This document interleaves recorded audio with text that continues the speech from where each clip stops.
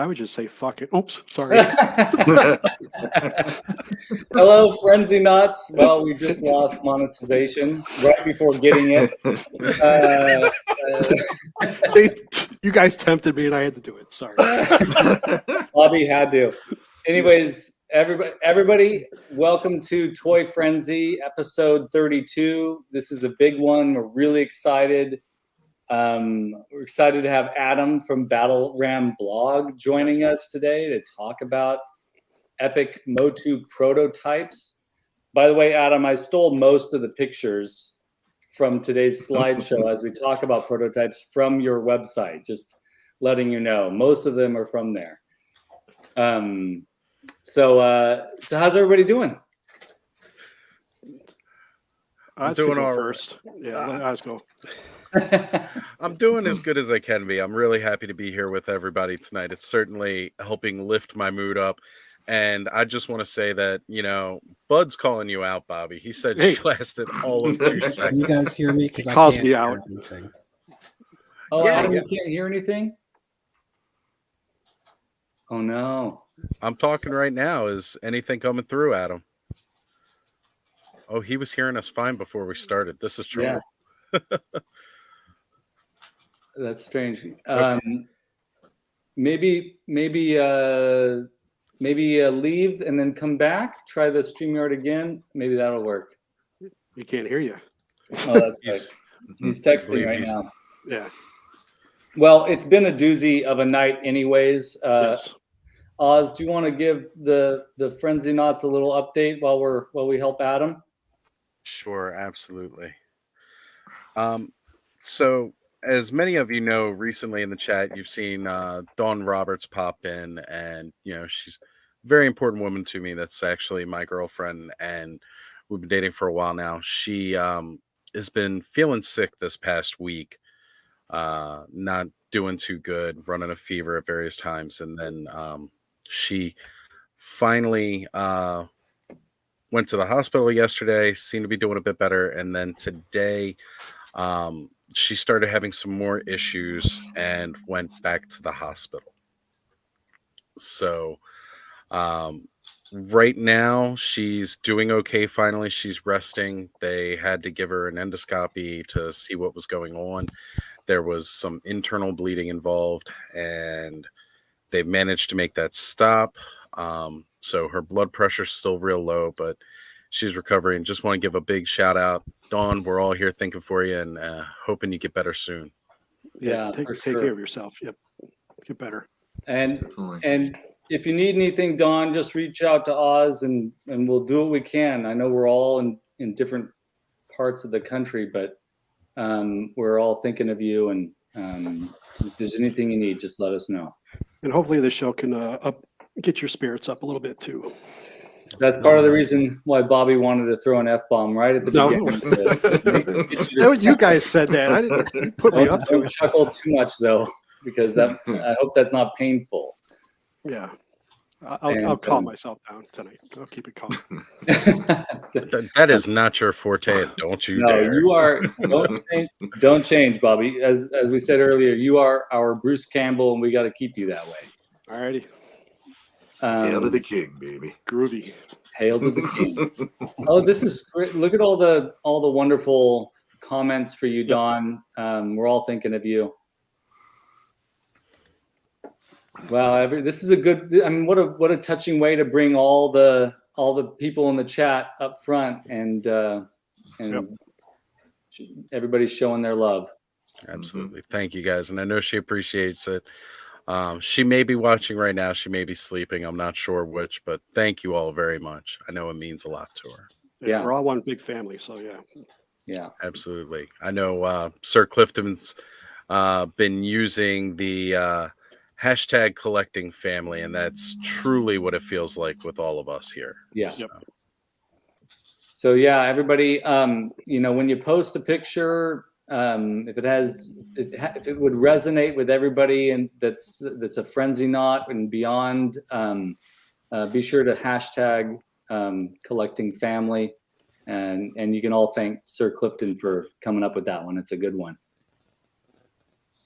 Hashtags are fun. They are fun. You know, we've had Tired some of pretty amazing hashtags. Yeah.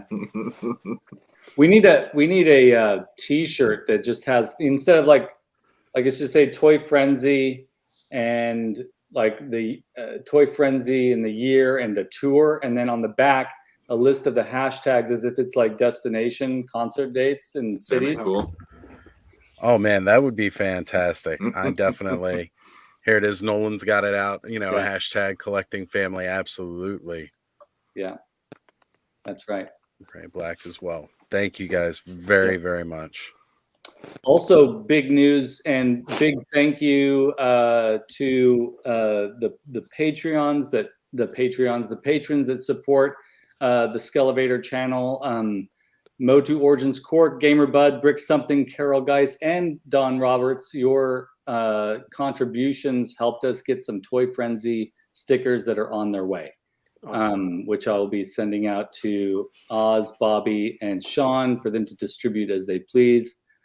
Just a small batch at first, but we're real excited. Hopefully, we'll be able to get Toy Frenzy stickers in all of your hands. You can put them on your automobiles or on your what are those binders called? Trapper keepers. Trapper keepers. Yeah. Slap one on your forehead so everybody will see. Well, that'll be me. Refrigerator. I'll need a bigger size. I got a big head and it's bald. Yeah. Billboard space up here. Yeah. Adam, thank you so much for coming on and joining us today. We're really excited to have you. Yeah, no thanks. I've been wanting to do this. I've been talking to Oz and Bobby about this for a while, so I'm glad it worked out. Yeah, we're really excited. Today we're going to be, for those of you that don't know, I know all of you know, but because everybody that watches this show knows what's going on all the time, we are going to be talking about Masters of the Universe prototypes and how much we all love those things. In fact, we see a prototype replica behind Adam right there, that Castle Grayskull. It's beautiful. Amazing and always makes me jealous every time we do a show. That's the whole reason it's back behind me. Oh, yeah, for sure. Sure. It's a flex. That's how it works. Yeah, I mean, we're all jealous of Shawn's Classics Grayskull. Now we have to look at that beautiful prototype replica that Adam has. Hey, yeah, Ray Black. Bobby's hair is looking snazzy. I got it butchered this weekend, so I don't like it too much. So. As he is like the only one with hair to say that about. So. Well, my bottom, what do you call it? That the white part of the name. I was going to put one of us is not like the other. That's so true. Maybe we can get the show sponsored by Rogaine or something. That's right, right. Yes, we don't want Bobby to shave his head too, because then it might be putting off the wrong impression. Yeah, right. But hey, Shabby Geek, welcome. Found a Motu live stream. Welcome to it.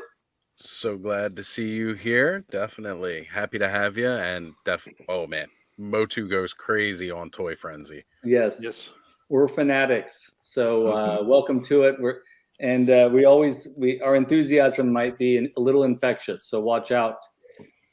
So what's new, guys? Like, let's go around the room. What's new with you? Did you pick up anything exciting this week or anything new that's got your engine revving right now for Motu? Oh man, I mean, it's been an intense week for toys, period. Even if you're not just a Motu fan, from all the reveals. Collectors Con started today. Of course, there was a fiasco, and now it's going to continue tomorrow. But I gotta say, no pickups this week, none this week. But did do an awesome unboxing with Brick earlier this week, and finally cracked open my 2-bed and Stratos, as well as the glorious New Adventures He-Man. Wow, they are all amazing. Masterverse just keeps getting better and better every time I get another one. Especially the new Eternia figures, like that too bad is phenomenal. Just this Stratos, I mean, he is gorgeous. He's pretty great. Wow. So yeah, no new picks this week. However, as everybody knows, I'm getting bigger and bigger into Mythic Legions, and now we've been talking about Cosmic Legions a bit. Did you guys see the two new Masters of the Universe homage figures they're doing for PowerCon? Yeah, I saw one. I believe saw one of them. I don't know if what's the other? I know not Man at Arms, Manny Faces, right? Yeah. Right. So Yeah. we're getting a Manny Faces homage figure, and then and it's funny too because we were just talking about this Saturday with Legions class how since this was the first one we did about Cosmic Legions, I'm so excited I can't even talk about it anymore. You know, people were asking whether or not maybe we thought they would continue to do some Motu homages, and we mentioned, well, there's certain figures that just fit better with Legions than they would with Mythic Legion, you know, Cosmic Legions as opposed to Mythic Legions. And we called Manny Faces dead on. You know, they revealed it just like 2 days later, and then their latest that they revealed like just yesterday, it's a Whiplash homage figure, and the thing is gorgeous, absolutely gorgeous. And I'm just, you know, watching the bank account go. That Manny Faces is really cool looking, and the Whiplash is great too. There are certain homage figures that are really successful, and some that get close, but you know, it's like I feel like it's missing just a little something, like the big tooth in the middle of, you know, Whiplash's face. Like, you know, play with that a little bit. But I don't mean to be critical of the Four Horsemen because they're amazing, you know, artists. But that Manny Faces is really cool. Cosmic Legions is a great opportunity to explore some of these characters. I want some Roboto. Yeah, Roboto would be cool. So, anybody else? Yeah, how about anybody else? I didn't pick up any toys. I did pick up the Warriors movie steel box set with the theatrical set and the director's cut. So I was kind of thrilled to get that. Oh man, I left it in the other room. I forgot about it. Bringing it in here. But it's That's cool. a good purchase. Yeah, wasn't bad. Love it. You got to tell me how that theatrical cut is because I've never seen it. Theatrical. Oh, really? That's movie, the only version I've ever seen is the theatrical cut. I never watched the director's cut. But yeah, that's great.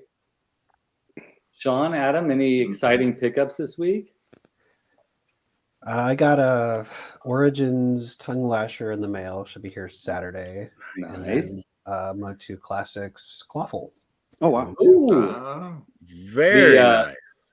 The first version or the Super 7 Filmation version? The toy inspired version. Yeah, the first one. I remember you saying you were starting to collect the classics, so that's cool. Yeah, very slowly. How many have you got since I've talked to you about it last? Oh man, I've got I think I've got like 20 something Oh, total. wow. Like I'm going through waves. Yeah, there we go. That's the one. Yeah, I was just I've been thinking a lot about this guy the last couple of weeks. Yeah, hold him up. Yeah. I've always loved Clawful. He was one of my favorites growing up. Yeah, he's cool. Me too, Adam. He's great. Being from Baltimore, we love crabs, so yeah. Yeah. Just keep yourself from scratching. Not those ones. Yeah, that's ironic because Sorry about that. I apologize. It's okay. I just my weekly weirdo on this last Sunday. I was talking about Clawful, so we're on the same wavelength, Adam. Yeah. To me, I've got like Whiplash too, the classics. Like, so I needed. To me, they go together. They're like Yes. Bash brothers of the Evil Warriors. I agree. Absolutely. For sure. Shawn, how about you? I'm having to pull back a little bit, but I did get the Masterverse issue 2 comic book, and the Dooch and I reviewed that one actually this afternoon on Legends of Grayskull. So if you want to check that out, if you don't want spoilers, don't go to the end of the episode. We keep everything at the end if it's a spoiler now. But if you want to listen to what we had to say, get in the next episode. So, and beyond that, I've been salivating over the Manny Faces tribute or homage, because the other day when I opened Facebook, that came up. It was one of the first things to come up, and I'm like, whoever made this is an amazing customizer. And I'm like, holy crap, that's actually Four Horsemen Studios. Like, Yeah. it's from their legit page. And then I went nuts because I'm like, well, I need to figure out how to get 3 of these because I want them all. I want to have each one have the head and this and that. And I'm like, and then there's Whiplash, and I'm not a big Whiplash guy, but this one being the figure it is, with it being so huge, I'm like, yeah, I might need to figure that one out too. So when I get paid, that's going to be some Sophie's choice over here, figuring out which ones I have to have right away. So Yeah, We'll figure it out. It's difficult. Those are beautiful figures, and it's going to be hard. Oh yeah. I'm really trying to resist too. I mean, if you watch the show, you know I've been like cutting back too, pretty drastically. We're trying to save up for some home improvement things that we need to take care of, and so I've been cutting back a little bit. But who cares about the leaky roof? Just get your toys. Exactly. Just go build a new one. Put a Snake Mountain up there. You'll be fine. I did all my styrofoam scraps. I've just been laying them on the roof. There you go. There you go. Yeah. Insulation. But I did get my first Cosmic Legions figure.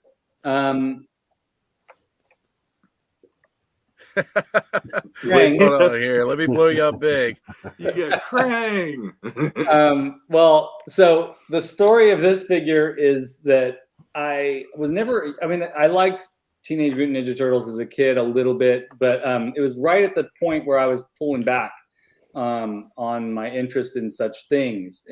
But Krang was like always my favorite. I will always love this character. He reminds me of the thing that wouldn't die, you know, that brain with the veins. Yeah.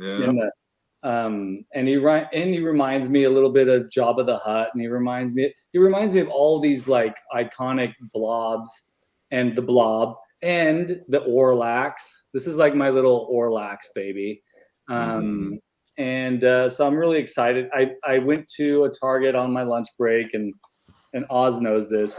He's like, every time he goes out shopping, he's like, are you looking for anything? And I'm like, usually not much of anything, but lately I've been really wanting to find this in the store, and I did. This young person was opening up the boxes and displaying, pulling stuff out of, you know, to put stuff on the shelves, and sure enough, there was a Krang there. So pretty excited about that. I'm gonna open him up this weekend, and I got this Mark Gonzalez skateboard. I'm gonna have Krang riding all around on the skateboard, take some photographs.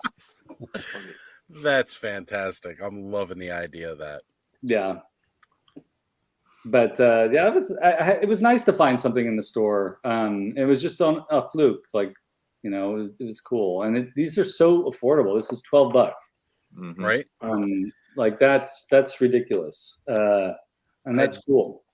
Yeah, I just recently found for the guy who trained me at work. He's a big toy collector, and he was looking for the storage shell turtles. So I've been looking for those, same as I've been looking for your Krang, and just managed to find last weekend the storage shell Leo. Oh, cool! Finally, and so picked it up and told him, you know, hey, found this one for you. And then it's funny because you find the one, so then you go back and you tear through everything again because you're hoping maybe you missed something. Yeah, there was nothing else, unfortunately, but still, it's that thrill while you're out there when you actually do find that one item you're looking for. Yeah, for sure. I gotta put Elf Inflict's comment up here real quick. He noticed that I'm wearing a Melvin shirt today, and he's saying that he partied with Buzz Osborne once back in '99. Good times. That's great. I love the Melvins. King Buzzo is one of my favorite musicians of all time. The man is a monster on the guitar. I'm glad you got to hang out with him. That's awesome. I've seen them perform, I think, more than any other band. They're one of my favorites. And you know, Buzz is a big collector. He collects a lot of weird plastic things. So cool. Well, should we dive into the chat or should I get into Bud's intro? It's not another was huge one. Yeah, let's get into Buzz Osborne's intro. Yeah, let's get into Buddy's intro. All right. So I'll get into this, then we'll run down, say hello to the chat, and talk about a Yes. bunch of awesome prototypes. Welcome, Frenzy Knots, Skele Vaderites, Ozholes, Bobby's Blushers, and Scavarnians, and Battled Rammers to Toy Frenzy. Oh, This weekly Little live echo show there. podcast here where we talk about toys, collections, collecting habits, collection setup, ways to collect in today's age, what's worth collecting, and more. We bring you the best, most prestigious, best looking, and definitely wearing pants panel of hosts to you. Can't see it. Pants. I'm wearing pants. I don't know about you guys. I didn't get the memo about the pants. Sorry, me neither. I got the shorts on today. Oh no! Top jeans. Who wears short shorts? Bobby wears short shorts. I should have said that. You really shouldn't have, but you did, so you're stuck with it now. I guess so. At least your thighs are probably stuck to the seat in those short shorts. They're stuck. Skies out, thighs out. That's how Masters works. That's right. That's right. Look at those guys. Exactly. Look at them. Let's move on. We bring you.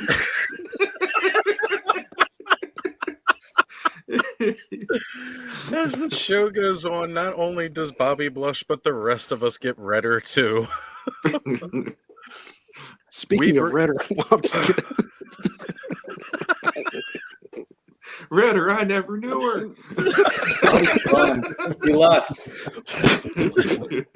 And we've lost it already. Haven't even got through the intro yet tonight, folks. All right, so we bring you the sensual Patrick Swayze-like ghost hands of Skellies, sculpting Snake Mountain Wow. Vader. And watching over the Toy Network multiverse like Zodak the Enforcer, the shinier half of monstrosity Osbrick, the stream-traveling ain't got no time to sleep Ostradamus Toys. From the hellscape he climbed out of, fighting legions of mythic demon-like children fresh from the maw of Hellskull, the battle-ridden but ready for action looks. Everyone's favorite funny uncle, Shawn Scavarna. From the corner of his new. I had to look at the rest. I didn't realize I was going into it. You know, it's not like I get paid to do this or anything. No.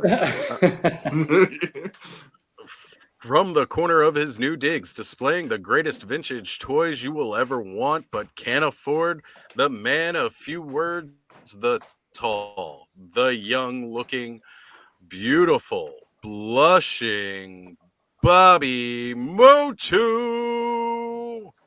Stop it. In the name of love, man. Finally, at the center of...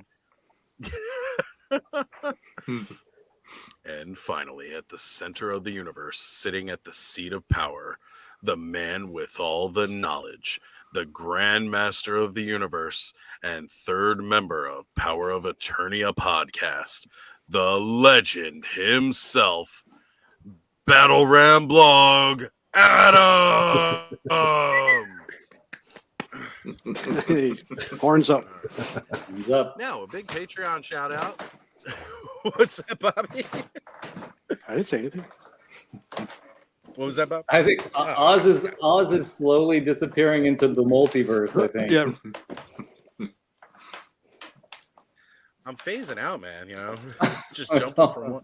You know, Ken coined a great term for me. I should just call it channel surfing. You know, that's what I'm doing. All right.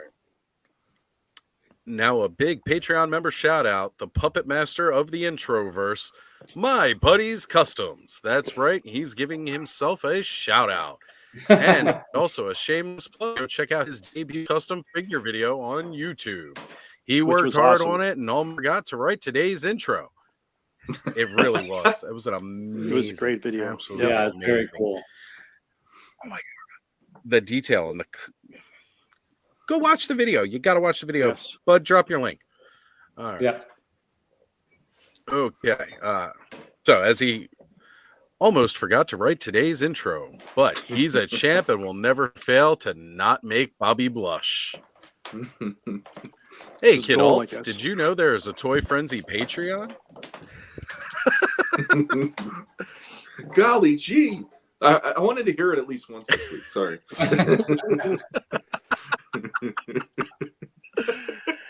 Hey, Kid Alts, did you know there is a Toy Frenzy Patreon? Oh, you heard of it, but you want to know what you get out of it? Well, I'll tell you.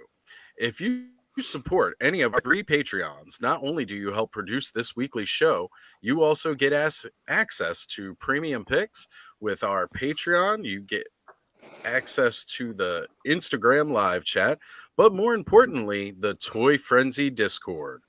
On this Discord, you get access to 100 channels. That's right, I counted 100 channels and more. If you suggest ones you would like to see. We talk about all toy brands, TV, movies, music, comic books, custom figures, custom dioramas, headcanon stories, dark stories.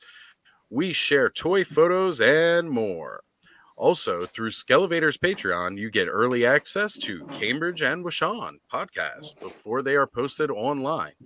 And Bobby will whisper sweet nothings into your ears before you go to bed. ASMR Bobby is the best Bobby. Right, Bobby? Jesus. Hashtag ASMR Bobby. I don't get this shit sometimes. I really don't. It's because you We've got all heard you charisma. on What? so much charisma and moxie. And then have you heard him on Duchess of Darkness's Wicked Wednesday? Come on. Yeah. What's not to love about that voice? I don't like it, so I guess it's Likes good it. now. No one likes their own voice on a recording. No one does. I don't know anybody that does. And if you do, something's a little wrong with you. Yeah. Yeah. Or you are just that absolutely conceited. I mean, seriously. That's one thing I I'm can't not even as conceited. Yeah. I can't stand the sound of my own voice, and yet everybody keeps telling me I got a face for radio. Nobody got the joke? Oh, man. No, you No, got I got the a joke. face for YouTube. You have a good face. Thank you. I appreciate it. He's going to own YouTube in a little bit. I got a use long it way to more go. than anyone. It's not Just- me. All right. So come check us out on patreon.com. And as always, give this video a like and subscribe if you like what you see. And wait, you want to see more of us? Well, funny you should say that. You can check us out weekly and monthly. You can catch Skelly Sunday afternoons on Weekly Weirdo, Thursdays on Toy Frenzy with all the crew, Saturday with Ostradamus Toys Live, monthly Legions class, and special episodes of Ostradamus and Connormon. You can see Shawn over on Legends of Grayskull podcast with the Dooch. And returning to a universe near you, the 4th episode of Power of Eternia podcast with Oz, Bobby, and Adam from the Battle Ram blog. Also, be sure to check out Skelly on episodes of Cambridge and Shawn podcast. Back to you, boys. I like that last line all the time. Back to you, boys. That's great. It's great. It's fantastic. Bud Made it Bud through. is so good at writing those intros, man. He's got the mind for it. We're half hour into the show and it's an intro. Yeah. Look, I don't do them enough. You gotta remember to just start with it next time, maybe. Yeah. But we're all Roll in anxious. with it. Yeah. Well, the chat is exploding. I don't even know how we're gonna catch up, but I did see. I know that we showed a lot of folks that were chiming in to wish Dawn the best.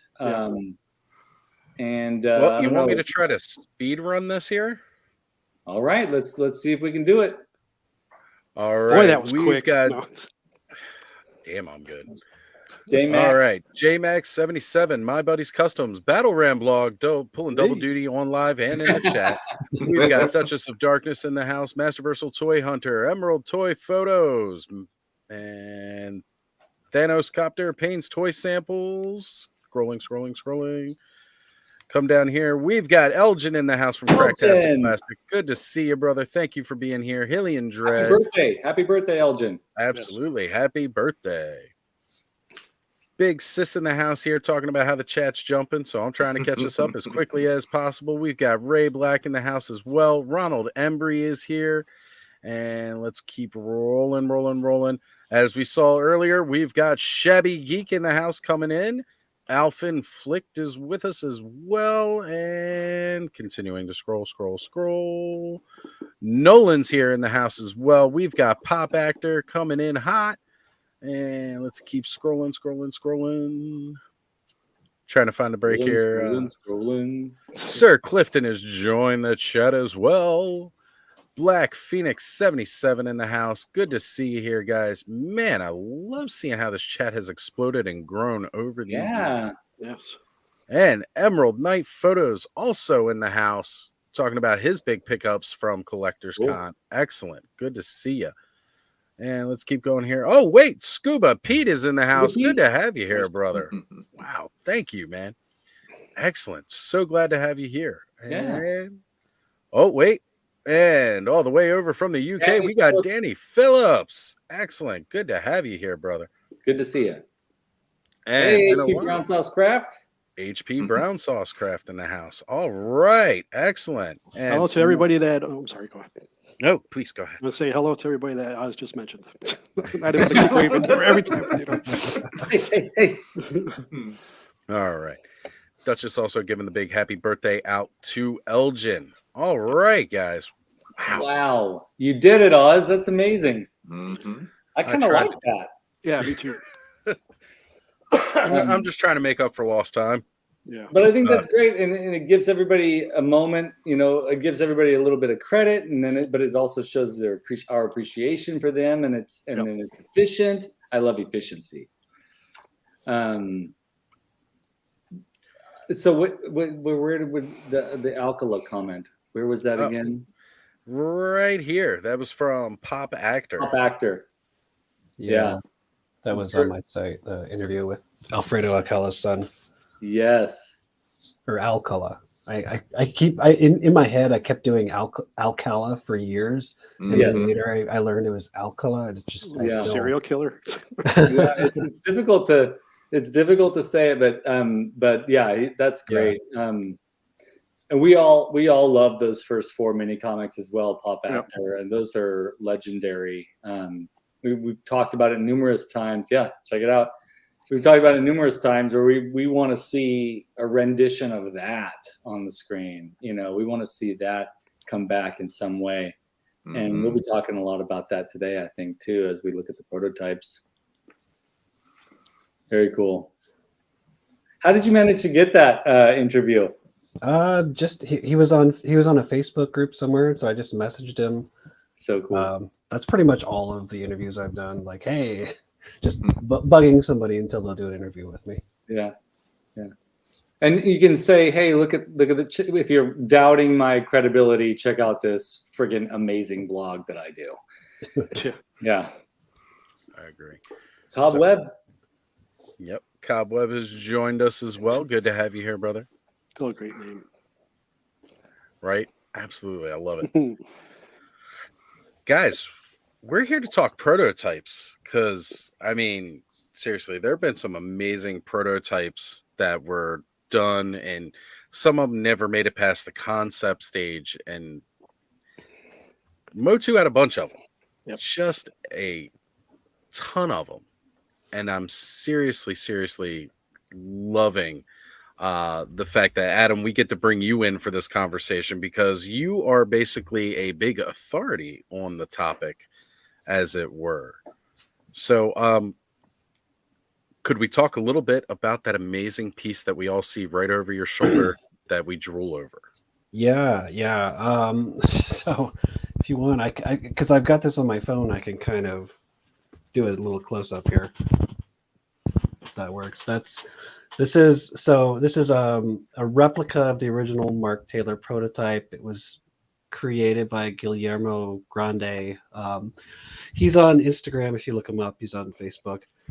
He does. I think for a while he stopped doing commissions, but he might be okay to start doing them now. I think he was in the middle of a move, so it's a lot of clay and very careful painting added to the vintage castle to make it look a lot more like that original Mark Taylor. So is it every time I see it, I think how delicate is it? What kind of clay did he use? Yeah, I forget the name of the clay. It's not all that delicate. It's very heavy, actually. It's a really heavy clay. It's like a two-part epoxy clay. Okay, good. So you mix it together, and you've got a certain amount of time before it hardens, and it hardens like a rock. Good. So it's pretty tough. Then it's got layers of airbrushing and then clear coat over it. Inside there's some really neat replicas, both of the prototype stuff and then just things that Alfredo Alcala created for the comic too. So a little bit of both in there. That's so cool. Let's I'm gonna go ahead and post his name here in the chat. And would his Instagram page be at what? Let's see. It is. I've got it bookmarked. Oh, you know what? His Instagram is actually at Grayskull_the_origins.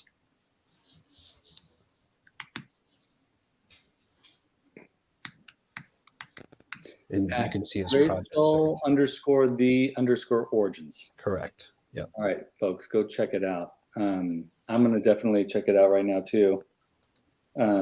That's fantastic. I feel like I might actually already be following him, but. So shall I go ahead and show the slides? I've collected some slides over the last couple of days. Oz sent me a couple of them, and I picked. What's really funny is as I was, doing general searches, every time I would look up an image or look up a vehicle or a figure or a Grayskull, guess whose website would pop up immediately? And so pretty much all of these images have been garnered from Battleground blog. I think starting with this one makes a lot of sense to me. Yes, it does. Yep. So, and I'll just point out a lot of the images I do use come from Power and Honor Foundation. Yes. And they're very nice to let me put them on my site too. So a lot of different sources that I go to, and they're a big one. That's so true. And let me just show it here because I got it from I won this from Legends of Grayskull podcast. Yeah. But if you can find a copy of this, I know it's hard to find. But there are ways, so try and get yourself a copy of this book if you can. I don't have one myself. Yeah, neither do I.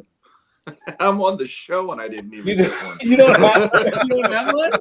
No. He saved them for people for any giveaways, and I just kind of look at him like, man, I don't even have one. Like, okay. Oh no. I'll say I've I got one last year at PowerCon. Josh from the Power and Honor Foundation was there, and he was selling some spare copies. I don't know, maybe he'll be there again this year. Yeah, cool. Very cool. Because I know you mentioned you're going to be there, right, Adam? I will be there. Yep. Awesome. How many of you all will be there this year? I am really, really trying to go because I know my sister mentioned about going to PowerCon. I would love to be there. And I'd really like to meet as many people as I can at PowerCon. So, Adam, if you're going to be there, it's just all the more reason, have at least 2/3, hopefully all 3 of us at PowerCon would be very cool. But Bobby, understand if you can't make it out. I know it's a far trip for you and Skelly to get all the way over to this side of the country, but Yeah, I have to walk, so I have to start now if I walk. Well, get the stepping in your little short shorts. I might get sunburned. Ah, man, you just show some of that leg off. Yeah. You'll get a ride. I was just thinking that he shows off a little bit of leg. He'll get a Yeah, hitchhiking, no problem. So. Bob's gonna show up looking like jogger Forrest Gump. Yeah, right. There we go. Yeah, I wish I could go. I don't think it's in the cards for me this year, but I'll be watching all the videos. We'll be talking about it. Maybe we can convince Oz to shoot a little video so we can post it on Toy Frenzy. Yeah. Well, I would definitely plan on possibly even doing a live stream while on site where you guys can join in, of course. Well, why not? Well, let's talk about these gorgeous figures. Yes. I missed the boat on the classics rendition of these figures. But I've always wanted that army tank guy. I'm a big fan of army tanks. I don't really agree with what they represent, but I friggin' love the way they look. So that figure's always been one of my favorites. Yeah, the army tank one is a lot of people like it. It's goofy, but it's kind of fun. And you can see the idea is it's almost He-Man Barbie, dress up He-Man into whatever, action adventure kind of world you want to put him in. These are often kind of called the Roger Sweet trio, but I should note that the Barbarian one, Mark Taylor did the costume design on that. Roger did the muscles and the sculpting, but Mark Taylor did the harness and the details on the costume. Yeah, that's awesome. I love how I know this is no news to anybody, but I love how reminiscent or the bullet head guy looks like Boba Fett. Yep. That the shape of that helmet. Rocket pack. I just love how closely knit these two lines are. Absolutely. Yeah. And my understanding is the helmet is just a repainted, slightly altered 12-inch Boba Fett helmet. Because a lot of this stuff he was just kind of kit bashing together. Yeah. Even the backpack is interesting. It looks a little bit like that prototype jetpack that was in the prototype Castle Grayskull. It's not quite the same, but it's very similar. Oh yeah, that's interesting. Makes me wonder if they then deconstructed it to go with the castle, because these were the initial pitch. Right. Yes. So this would have been developed before they even had the idea for Castle Grayskull. Right. Right. This was pitched like December 1980. And then they started developing the line in 81. Someone said, oh, here we go. Pop Actor said Mattel should have released those with the Origins line as an anniversary. Yeah, I think that would be cool. I agree. I think it would be really neat to do like some kind of anniversary 3-pack of these guys. Yeah. Even though we're already past He-Man's birthday. I mean, this is the year that Filmation came out, so in my mind, it's still a anniversary of sorts. Or we just wait for the 50th. Well, considering we're running out of time here because Origins is going to end in April. Oh yeah, that's right. You gotta make it happen. Let's Right. We're gonna make it happen. They better tear ass. 2 weeks. I couldn't help it. I tell you what, if we all keep promoting this ending in April crap, we're gonna get our asses torn too. It's like you guys remember 2012 when it was supposed to be the end of the world? Yes. Oh yeah. That's what April 2023 is. That's right. The Y2K Yeah. business and all that. Yeah, everything's dead. We're all dead. So get out and have some fun before it's over. That's There you right. go. That's right. So did any of you guys get the new Eternia He-Man that pays tribute to this figure? Yes. Two That's of a them. really, really cool He-Man. I think possibly, I love the vintage He-Man, But that new Eternia figure that pays tribute to this, just I love that figure. So cool. Oh yeah, I used an extra one of those. I kit bashed this together to do cool. a pseudo Origins version of it. He doesn't have the bare feet, but otherwise he's pretty close. Yeah, that's great. That does look fantastic. Wow. Man, that's nice work on that. Yeah, thanks. I love the barbarian aspect of Masters of the Universe. It moves me. It's good stuff. Yeah, apparently that one. So I know that was Tony. I mean, obviously Tony Guerrero sculpted it. Mm-hmm. I think that there were multiple copies made. Roger Sweet painted that particular one.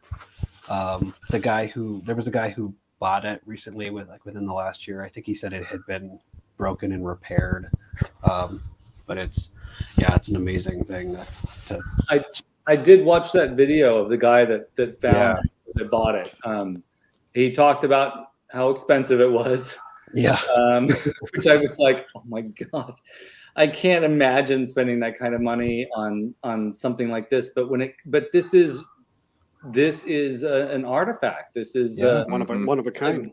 It's like buying a Mona Lisa. It's like something that you want to put behind plexi in a temperature controlled room, and it represents an era, the beginning of it. Yeah, it's a beautiful sculpture. Yeah, it's amazingly detailed. So cool. And following up with that is this great picture too, where we see a version of that figure with a prototype of the battle ram. I love that thing. Who is the sculptor for the battle ram was last name Openshaw. I'm forgetting his first name, but yeah, he. I think it was sculpted in wood originally, and you can see if you look at the details of this version, that's what you see in like the early Alcala art. You see that in the Rudy Obrero box art to a certain extent. Yep. And then it gets altered a little bit, a little simplified in the actual toy.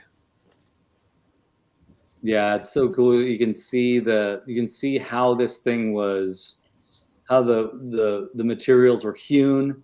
You can see inside they're putting the little metal peg, and then you can see the wood inside there, inside those holes, and it's amazing. I've always wanted to make toys, but sculpt prototypes for toys. I just don't have I'm really not a detailed, like a small detail type of artist. I need to make big things. So I admire people who can do this. Yeah. Needless to say, that's like my favorite artifact. That's the whole reason why I called my site Battle Ram Blog, just because I'm obsessed with that vehicle. Yeah, we had a whole, I don't know if you got to see it yet, but we did a whole episode last week on wishing we could, where is the Origins Battle Ram? Yeah, we all love that. We love this vehicle. I've been like really wanting to get myself a vintage one. It was one of my favorite toys as a kid. Every time I see it out there, I either don't have, if I see it for a good price, I don't have the cash on me, or but it's hard to get a good one. It's hard to find a nice quality one. Yeah, that's true. We need a battle ram, Mattel. Come on. Right? I know you guys are watching this. Yeah. And I know everybody else has been saying it too for so long, Yeah. Pretty much ever since it came out. Mm-hmm. Yeah, definitely. You look at the poster behind Bobby, it's there with the original lineup and Castle Grayskull. It's Put like that on full screen there, Bobby. Oh. Look at that gorgeous, beautiful vehicle that it was. Yeah. It still is. Yep. Still is. It's true. Yeah, it's not just that it was. It still is. It's That's not why we gone. all want it. Yeah. What do you guys think what do you think it why do you think this vehicle is so gorgeous? Like, what makes this work? It's such an awkward design, but what makes it work? Like, there's something special about this.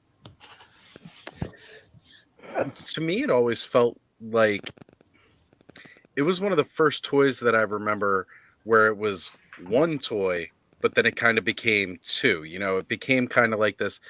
You get this little extra vehicle, and you know, the back half of it just kind of becomes a battle platform because you can have a guy stand on either side of the cannon as well as hold on to the back, and somebody sit up in the front. Like, it was just there was more play to it than just simply rolling it on the ground like some of the other ones, you know. Yeah. Well, go ahead. Yeah, I was going to say the fact that it can split the griffin head in the front is, I don't know. It seems like it's sculpted out of stone, but yet it's a vehicle, and the two totally different play patterns, like rolling along the ground, firing missiles versus kind of zooming around. Yeah. Yes, I love it. And I think the design too of it is just, no one's really seen anything like that before as well. It doesn't look like anything else. So I think that's what appeals to everybody, I believe.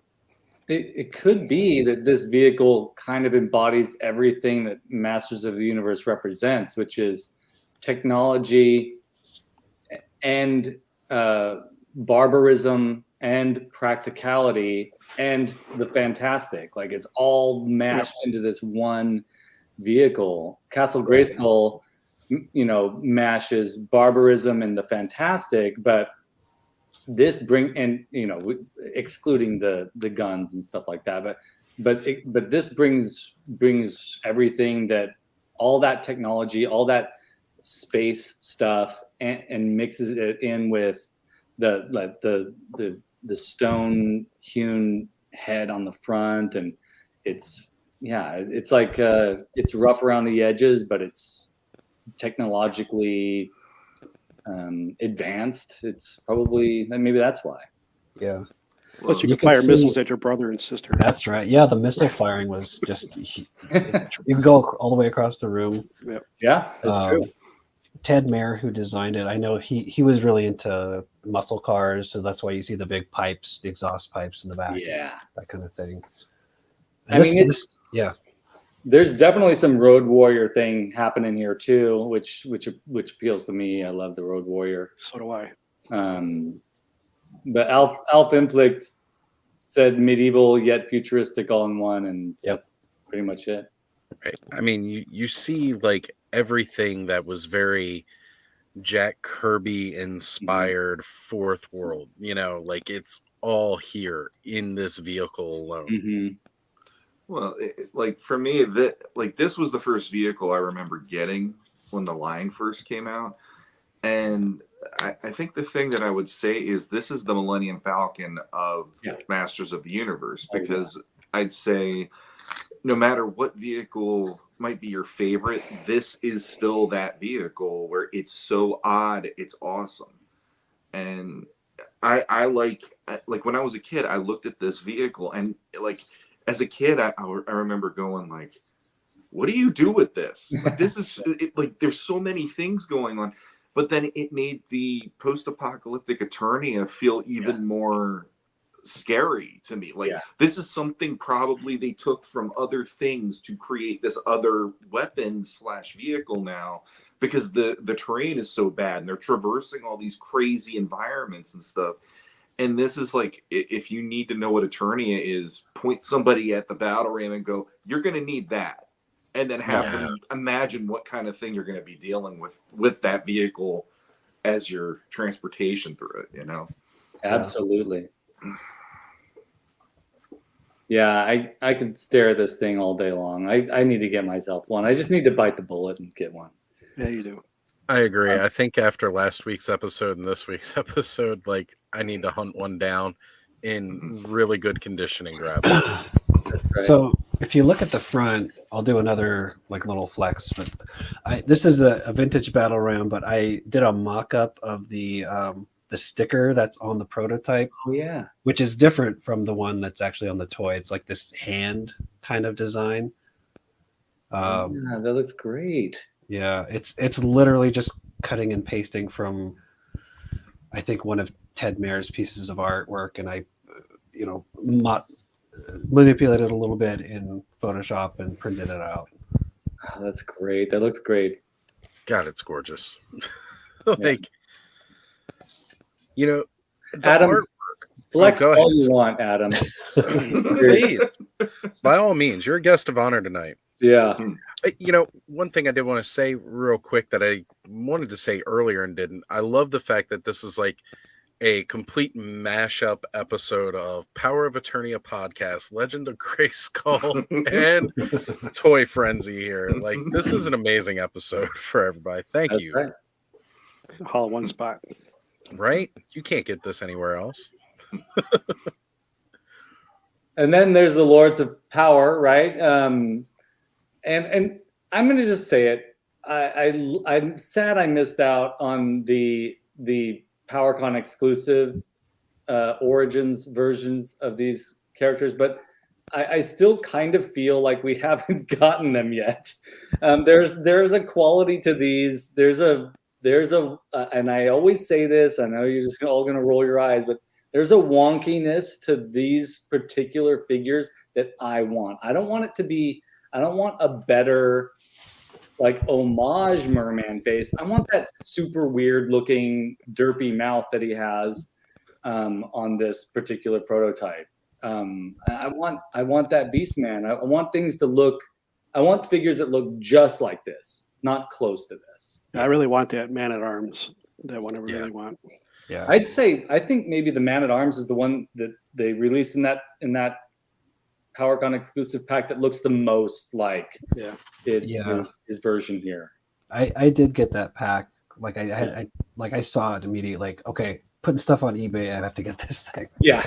But it is, there's some there's some irritating shortcuts they took. Like Beastman doesn't have sculpted toes, or right. Skeletor has 3 toes instead of 5, and Merman has 5 fingers instead of 4 fingers. Mm-hmm.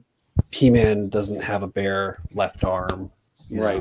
So there's a few things like that, like a little OCD about.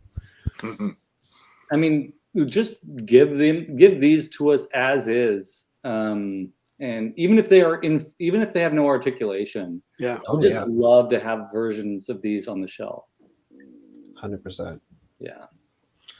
I'm not gonna lie, I do this every time we start talking about one of these things. I went shopping for it. Yeah. Not that I'm gonna buy it. I'm just looking, people. What's the price of that PowerCon pack now? Probably like $450 or something, right? I was gonna say the one I pulled up just now was $420. So yeah, I could smoke it. I mean, what? Yeah.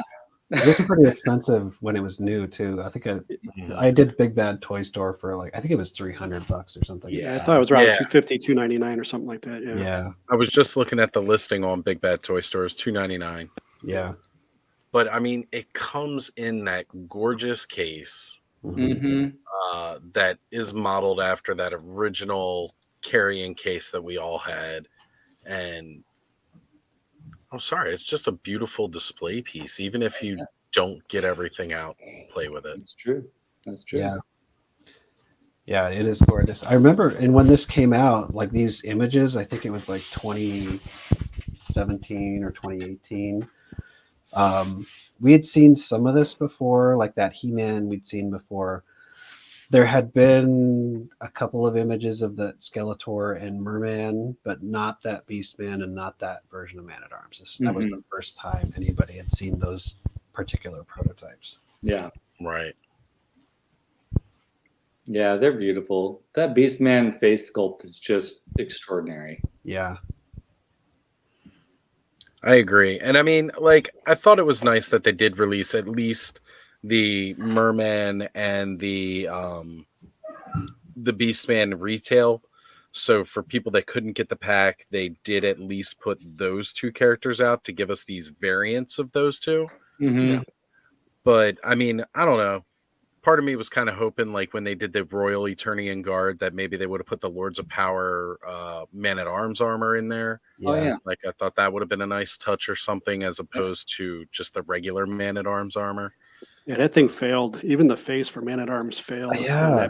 It was awful. Yeah, it was all squished. This is like the only decent mustacheless Man-at-Arms head in the line, is that Lords of Power version. Yeah. Yeah, that's someone pop actor said love that poster. Was this a poster at first? No, it was a slide. It was like a slide, a series of slides that they created to promote the line right around Toy Fair 1983 or 1982. I mean, I'm sure there's someone out there reproducing these without the rights in form. Copy among copy among copy. Yeah. Oh, there's an empty Lords of Power case on Mercari for $50. Yeah. I ain't gonna lie, I almost kind of want to get it. Yeah. well, it's great artwork inside and out. It is. It's beautiful. Oh, Pop Actor is asking that he doesn't get why the Beastman armor was yellow and not red. Yeah.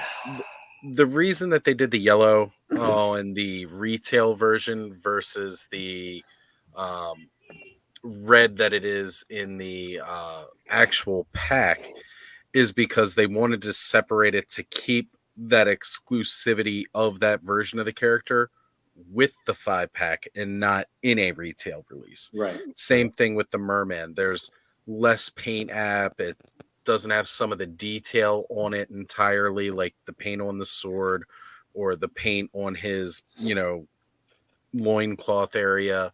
But the single carded Beastman was also modeled after a different sketch compared to the Lord. This version's different than there's a sketch where he's just all red and he's got the yellow or gold armor. So that's why they did that. There's two so that's a Mark Taylor design. He would often he would photocopy like the black and white pencils or pens, inks, and then he would just try out different colors. So there's one with yellow armor. There's another one with silver armor that was out there for a while too. I've never seen one that's colored like this, but these are the colors that were used, obviously, on the actual Beastman that came out later. Yeah. I love the Beastman colors. Yeah, oh, they're great. Yeah, they are. They're awesome. So good. What do you guys? Oh, sorry. Oh, go ahead. I'm just going to ask, what are your thoughts? Like the Skeletor, that early version, he's not a skull face. He's kind of a mummified face. What did you guys think of that as a design?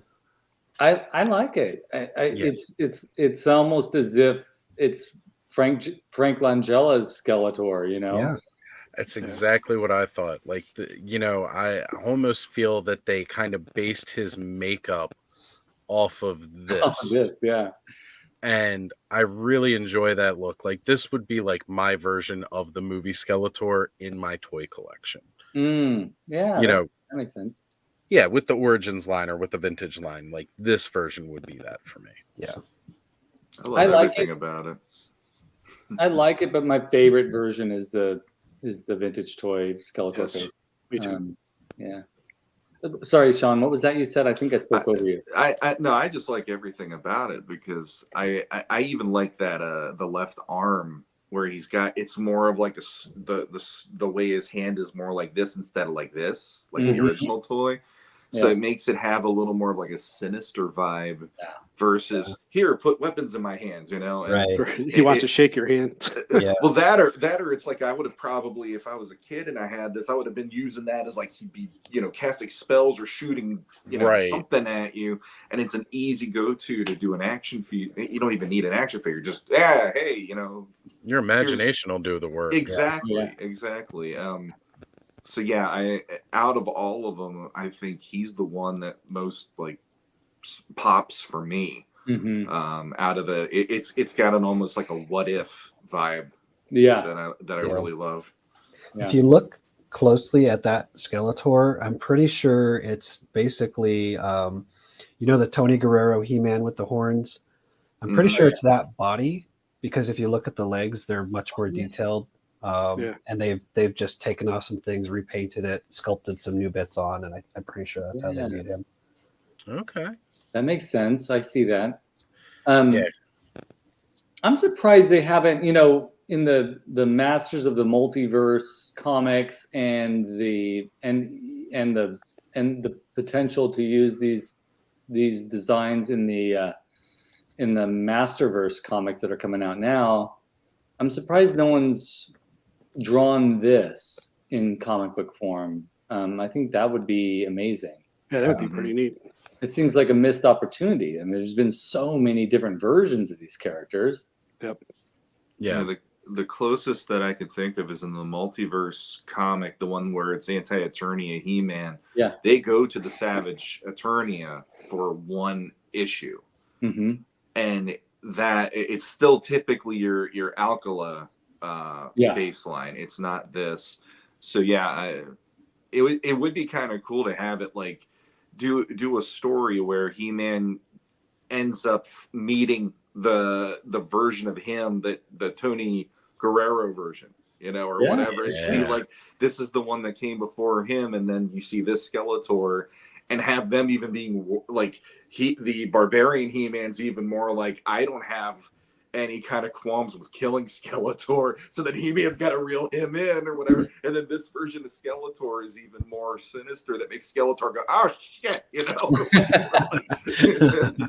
I'm gonna go even further and say I want a Lords of Power comic series, like with no reference to any of the other, no multiverse, no reference to any other versions, just Lords of Power, issues 1 through 6 or something. That'd be cool. Yeah, very savage. Very Conan the Barbarian. Very dark. Very dark. See, the thing that I'm like, I know in the documentary stuff I've seen, a lot of the people who were creating the line thought Masters of the Universe was too ostentatious and too like, it's like, really? You're going to name it that? What kid can even pronounce that stuff and all that? And Lords of Power, for me, is actually, my personal opinion, it's a weaker title. Masters of the Universe sounds like He-Man's literally thunder punching you every time that you say that to tell somebody that you love Masters of the Universe. Yeah. But the thing of Lords of Power, now that we're in this whole like mini geekdom session, that makes me imagine it being regional things on Eternia that each person is in charge of, and they're a lord of that area. They have the power of that area. So you're going from region to region. One region is Skeletor's, one region's where Man-at-Arms comes from. He-Man's here, Beastman's here and stuff. And it could have been an interesting way of doing the line where you're building it. I hate to say it, but it would be almost like Mythic Legions, where here's He-Man's faction, here's Man-at-Arms faction, here's Skeletor. And that could have been a hell of a way of doing this line too, the more I think about it. That's a really good observation, because there's an interview with Mark Taylor when his idea was that there would be a playset for like Merman, like an underwater playset. That's his domain. Cool. And a playset for Stratos, like the mountain playset. So it was, I think he was very much thinking like, these guys are the lords of whatever domain. They're specialists in that area. And sometimes they come together, sometimes they fight each other. The factions could change every time. That would be crazy. I want that. Imagine a cartoon where they did that, and then all of a sudden, like Man-at-Arms and Skeletor show up to fight He-Man. You're like, holy crap, they could do that! Like, this is crazy. So it's like, my enemy is my friend. My enemy, my enemy of my enemy is my friend, or what? And that would have just blown my mind if they had that kind of thing as a kid. Versus, I mean, I know people love Filmation, but if they would have done that kind of stuff, I've been like, all bets are off. This is the most insane thing. I love it so much, There's still an opportunity. Yeah. Yes, there is. What I love about I know some people don't like the multiverse concept, but what I love about it, like me, I don't like it. But it's a great. More power to you. What I like about it is that it allows us to think freely about these characters. Like, it allows us to say it would be totally fine for there to be a Lords of Power, series of comics or cartoons, and have it be associated with Masters of the Universe, but not Masters of the Universe. And just like there's so many versions of Masters of the Universe, we could branch it out a little bit. I just don't like when they collide together. That's my problem. Yeah, there are a lot of problems with those Masters of the Multiverse comics where they're fighting the anti-Eternia He-Man, but it's also there are some cool moments too. But I know where you're coming from. I mean, if they did a separate Lords of Power, I would have no problem with it. Yeah, I just don't want them to mix them together. No mixing. No. Keep your potatoes and your meat and your broccoli on 3 separate corners of your plate. Well, Keep that stuff on the microwave tray it came in on. Yeah. Keep your Hungry Man fried chicken in its container. The thing about this that I love, though, is what toy line from the 80s could you really point to and say, this is what it was starting out as versus what we know it to become? Because most other toy lines usually ended up being cartoons that turned into a toy line most times. Yeah. I mean, you have like Transformers were already in Japan in the early 80s, and then Marvel helped them with the storyline. This is one of the only other ones I could think of where it's like the toy line started and it was all bets were off in the beginning until Filmation solidified it for a lot of people. Yeah. And for me, I enjoyed going to the beginnings because that's what I still love about this. And it's like, don't make all the rules constrain how I want to see it. I kind of like the idea that it can be a little more open world than what we were given. So yeah. Thanos Copter said it. I don't think the line would have been as successful without the art. And I think we're all on board with that. Sure. Oh yeah. Yeah, the art is definitely what inspired me to look at art. Was just same. Yeah. It was magnificent. And it was on these toy boxes that I destroyed as a kid. Man, was that a mistake. Yeah. Well, Masters in general is just all great to look at, no matter what. The toy, the vehicles, the art, everything is just all great packaging together. Yeah. So good. Compared to anything else that came out at the time, Yeah. Absolutely. So I don't know if you guys, I don't know how long any of you have been watching my channel, but about a year ago, maybe it was a little bit longer, I was in a pet store with the family, and we saw, we were looking at the fish tank, decorations, and some company has made the mark. I didn't buy it because it was $40 for a thing that's this big. Mm-hmm. But I'm regretting that I didn't buy it. But they made the Mark Taylor castle in fish tank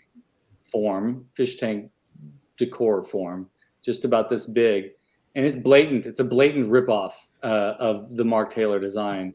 Really? But even though it's a ripoff, it warmed my heart. I was like, some nerd out there is working for a fish tank making these things, and that made me happy to see that. And that guy's probably out there going, how do I get Merman into this next? Yes, exactly. So I remember when you posted that video, Skelly, because I was sitting over at Corey's house, and Corey is hugely into fish tanks to the point where he has a massive fish tank that we have not set up yet. The thing weighs about 300 pounds, just the aquarium itself, no water in it. Wow. Yeah, we haven't put this thing up yet. So I showed him that, and he was totally like, how can I work that into my fish tank? Mm-hmm. He's not even he's not even a huge fan of Masters. He just gets excited because he knows how excited I get about it. Yeah. And he just loved that thing. And I was like, dude, I totally want you to have this in your fish tank. Yeah. It's probably still available. After I posted that, someone ordered it from Amazon. But for about the same price. I don't remember who that was that found it, but they got it. But maybe it was Motu Joe or something, because he gets all the stuff. But it was someone, they picked it up. but here we have that beautiful Grayskull that you have behind you. Practically, it's kind of a now. Adam, you probably know the answer to this. Is the color of this prototype blue and yellow, or is that just the lighting or the age of the photograph? Yeah, it's the castle there is more of a kind of a grayish blue with a very kind of like pea green, yellowy green overspray, which is slightly different from the one on those Lords of Power slides. I think it's either repainted. It's a much bolder colors on that one. Yeah, I think this is like the first one. Okay, yeah. I love how I'm just noticing this now, but the eyes on this prototype look exactly like the classics Grayskull behind Shawn there, that they really captured the eyes and the nose. That's awesome. Yeah. Yeah. And Origins could put this out too, the map, like to put underneath our Origins Grayskull. Why haven't they done that? I'm surprised they haven't. Yeah. That would be amazing. You can buy that still from Power and Honor Foundation. They have a big scan. You can get it for either vintage or for classics size. Nice. Shawn. It'll be a Mattel Creations exclusive. Yeah. Yeah. Well, $200. Right. If they start just releasing everything on Mattel Creations, I'm okay with that, as long as they make it available. Like that's right. all. Right. Make it available. Yeah. Have to squeeze in a fart. And You it's can over with. see. I was see the one on the right. So you can see the colors are much brighter and bolder, and that's kind of what my my custom is, a little more like that one. Yes. The teeny tiny jaw bridge is hilarious. Yeah. I also saw someone had made a 3D scan replica of the gun. The turret. Of the turret gun. Yeah, I'm trying to remember who that was, but I thought it was pretty cool. Yeah, the gun is fun because here I'll grab mine. So this is a pretty good replica of it. Oh yeah. On this castle, but the original was a total kit bash. It was made from Micronauts Hornetroid parts. Ah. So they just kind of took some pieces, glued them together. Which I think is why they changed it for the actual toy. They didn't want to just have a kit bashed gun on there, but yeah, that looks good. I do like that a lot. Love it. Again, to me, that version just screams a lot more of the Jack Kirby Fourth World style, like those very tubular looking ray guns of the 1960s look. I definitely like it. Now, Skelly, since you brought up that Castle Grayskull, I thought maybe I should try and find it and show people what you were talking about. The fish tank one? Yeah, and if I could, I'd like to bring it up here real quick so you can get a look at this. Now, I'm pretty sure this is pretty much exactly what it was. Yeah, very, very close. Yeah. Yeah, and for those of you that aren't into the blacklight stuff, here is the... I think that's it. I mean, come on. That's blatantly. Got all those kind of crazy turrets everywhere. Yes. Yeah. That's like Remco in the 80s. Yeah, right. Like it's like, okay, we're gonna do our thing, but it's gonna be like so close to what you love. We'll make it work. And that's what Scareglow owns the castle. Yes. Did you see a price with that or no? Or did you just find the image? Hang on here. Let's go. Let's see here. Let's pull it up. Yeah. Yep. $23.99. Originally $30. That's not too bad. Not bad. It's good. And check out that pink Skeletor version down below. Oh, hey, yeah, look at this. This is only $14.99. It's only 15. Oh man, that's kind of amazing. It's pink and blue too. Oh wow. Oh, I love it. Okay. That's So the disco. that's Yeah, right. That's where Disco Skeletor goes on Saturday nights. Yes. This is what happens when he gets that Saturday night fever. It's Beetlejuice's Dante's Inferno. Yeah, that's what I was about to say. Yeah. Yeah. And so here's yet another one that again, that's it's so so good. very similar. Let me see if I can get this one up in a bigger image here. Like how we're talking prototypes, and we're like, let's go look at fish tank decor. That's Is that beautiful. the same one, just in different color? Or? No, it's Oh, no, it's different. it's similar, but it's Yeah. different. I kind of like that better. Yeah, this is Yeah, nice. me too. I was gonna say I definitely like this. To me, this also has that more organic kind of Yeah. Mark Taylor look Mhm. to it Yeah. as well. Where it looks like it was molded straight out of the rock, not so much that it was carved into the rock. And he This- did. I mean, He thought of this as like this would be on a lake. Like this was you'd have to take a boat out to get to the Yes. castle. that detail is incredible, absolutely incredible. I love it. Wow. I'm gonna look into getting some of these. I don't know. They're so cool. Oh, wait a minute. Hold on a sec. Is that price accurate? Okay, so this is from Alibaba.com, which means you may want to be careful about it. I don't know how trustworthy they truly are, but we're talking $6.87. Sure. By 120 to 190. Wait a minute, what? Wait a minute, that doesn't make any sense. So I gotta buy bulk orders? Yeah, you can only get 100 of them. Oh my god, never mind. Well, this was a cool idea, folks, but not happening anymore. No. I We'll mean, find a it's way. okay. We will find a way. Yeah, we need 100 people. Oh no. Everybody chip in $6. That's right. Right. All right, so real quick, I did see Bud popped in the chat saying that he messaged me something in the DMs to go take a look. You guys carry on for a minute, and I will bring this up, and we'll share it again in a moment here. Okay. Let's see. All right. So we looked at this one. This is great. We got the Lords of Power figures in the image here, which is great to see. Yes.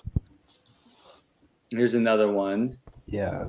This one's cool because you can see the flag that was on it was different too. It Yep. was like more of a banner kind of with a different design on it. That's the skull. The bad guys have it I there. would say it looks more pirate-ish.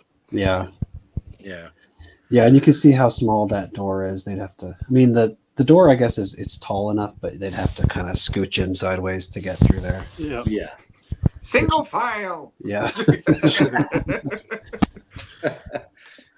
Oh, So a lot of this you can. Oh yeah. I'm just going to say a lot of the details are the same on the actual castle, like the retail castle. yeah.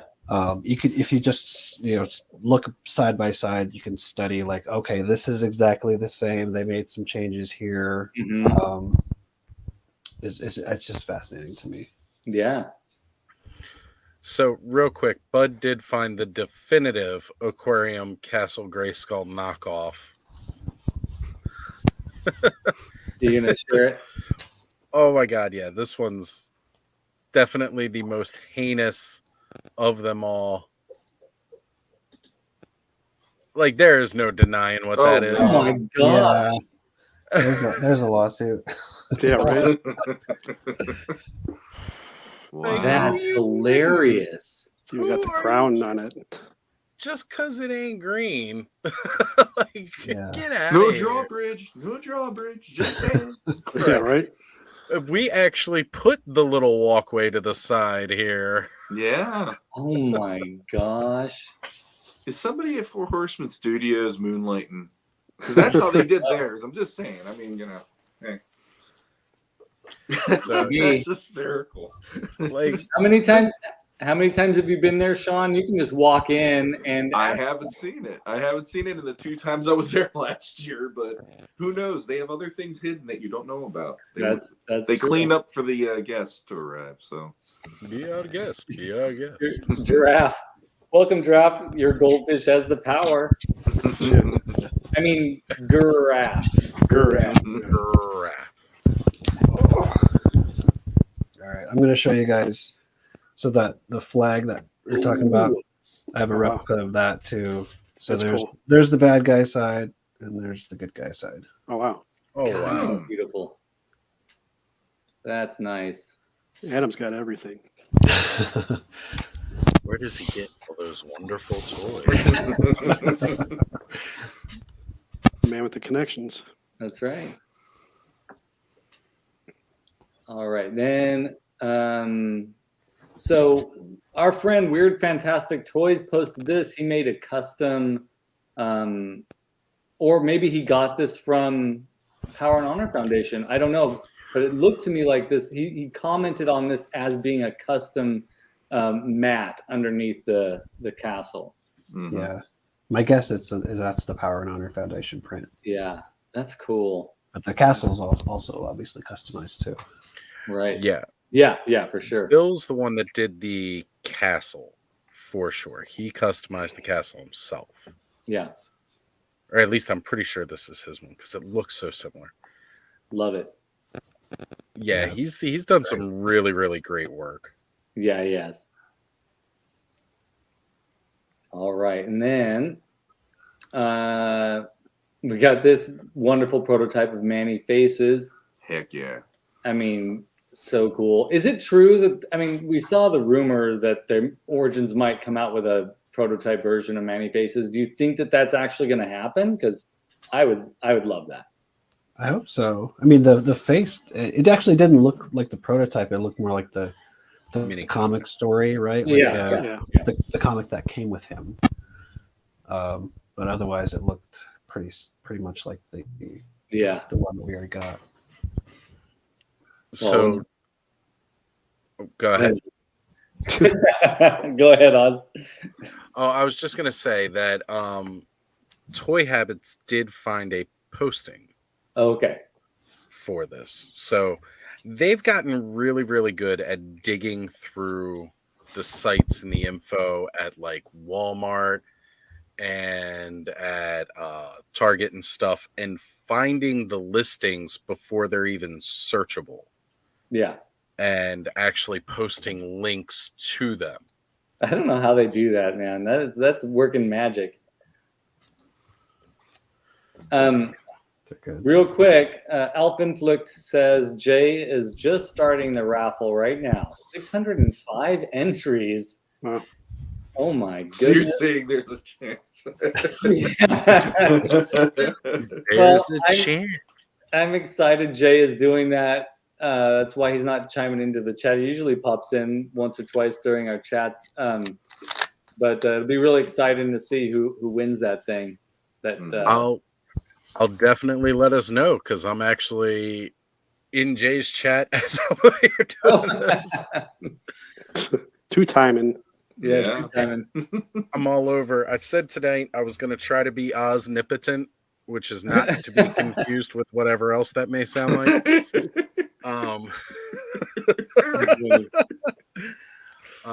So yeah, I was going to try to do both streams at once, but unfortunately I could not get my setup well enough. But I will definitely keep an eye on the chat here so we can give a congratulations to whoever wins this amazing prize that Jay's giving away with the Mondo Trapjaw. Cool. Yeah, for sure. I love this. I love this prototype of Manny Faces. I love the helmet design in particular. Yeah, that's a good. One. Yeah. It's nice. Yeah. One of the things. Oh, go ahead. Oh, I was just gonna say I like that he's got like bare hands too. It's more like he's got this stuff that's just kind of attached to him. He's not quite so costumed up. Right. Yeah, it looks more like a cyborg than like a suit of armor. Yeah. Which is kind of how I feel about Manny Faces that we have. He looks like he's wearing a suit. Whereas this looks like these are implants, like this is a part of him. And Yeah. everybody knows, I've said before, I love that biomechanical look. Yeah, you do. It's true. Yeah. It's cool. I think you get.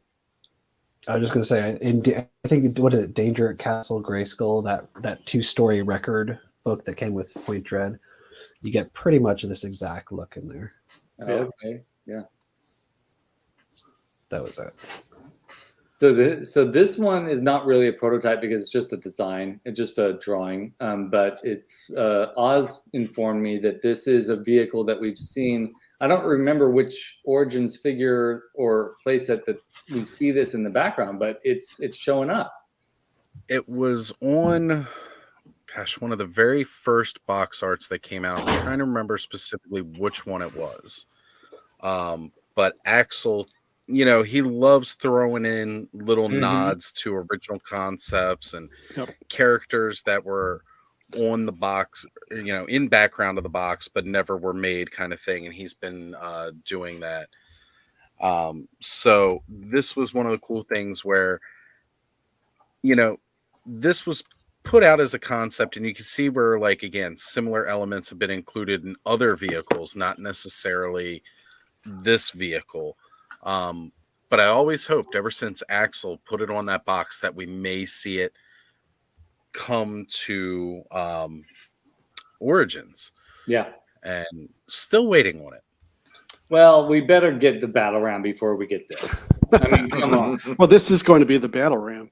Oh, maybe. Yeah, maybe. It actually Battle kind of Cap. was. So, yeah. So this Mark Taylor did this. He was doing everything at first, like the figures, the castle, the vehicles, but then he realized he couldn't do everything, so he had Ted Mayer step in. So this was like the main vehicle. You can see like that bird sticker on the side. That actually shows up on Ted Mayer's early Battle Ram concept art. And the color is kind of similar too. So he kind of, and the wheels also, of course, are a little similar. Oh, jeez. It does look like a COVID launcher. Oh, yeah. For sure. Yeah, But Ted, yeah. I'm with you, Adam. I see the wheels and the sort of the general sort of shape of this does kind of look like the back of that. The battle station portion of the battle ram. It's got kind of those fins on the side that look a little bit more like the Wind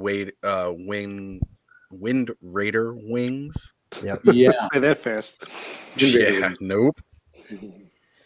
Yeah, Mark was more of like the comic book guy, and Ted was more of an engineer guy. So he was kind of brought in to engineer the vehicles. Yeah, it's very cool. I'd like to see this. I love the sort of like angler fish front there. Yeah. Yeah, I agree. I'd The happily mouth take is this. What was that, Adam? I would happily take this if they wanted to. Yes, for sure. I'm sure there's somebody out there making them. Give us some original vehicles for Origins. Why not? Yeah. This made me real happy when I saw it, and I'd seen it before, but I had never really thought about it. I'd never really taken a close look at this evil robot. What a cool figure this is. It's almost like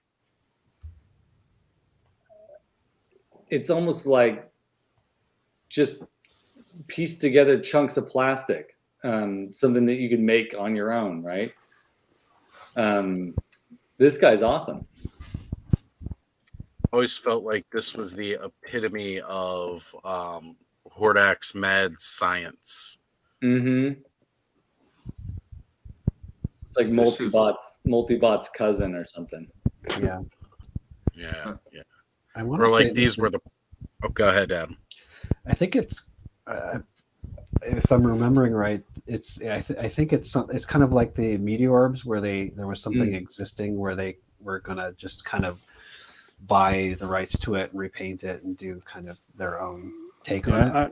I believe you're right. I think that you're right on that one. Yeah.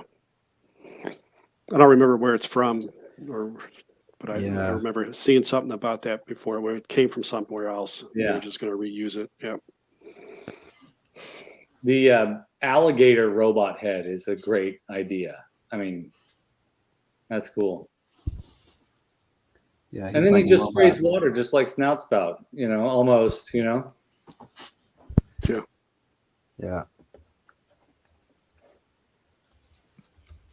Oh, Garaf says, was that COVID launcher the thing Man-at-Arms rides in the early minute comic when he meets He-Man for the first time? No, That's a good question. No. That one, the COVID launcher, it does show up in Alcala's early drawings for the comics, but it doesn't actually show up in what was printed. There's another Ted Mayer design, like a battle chariot that Man-at-Arms is riding. And that one was a concept that wasn't made as well. Right.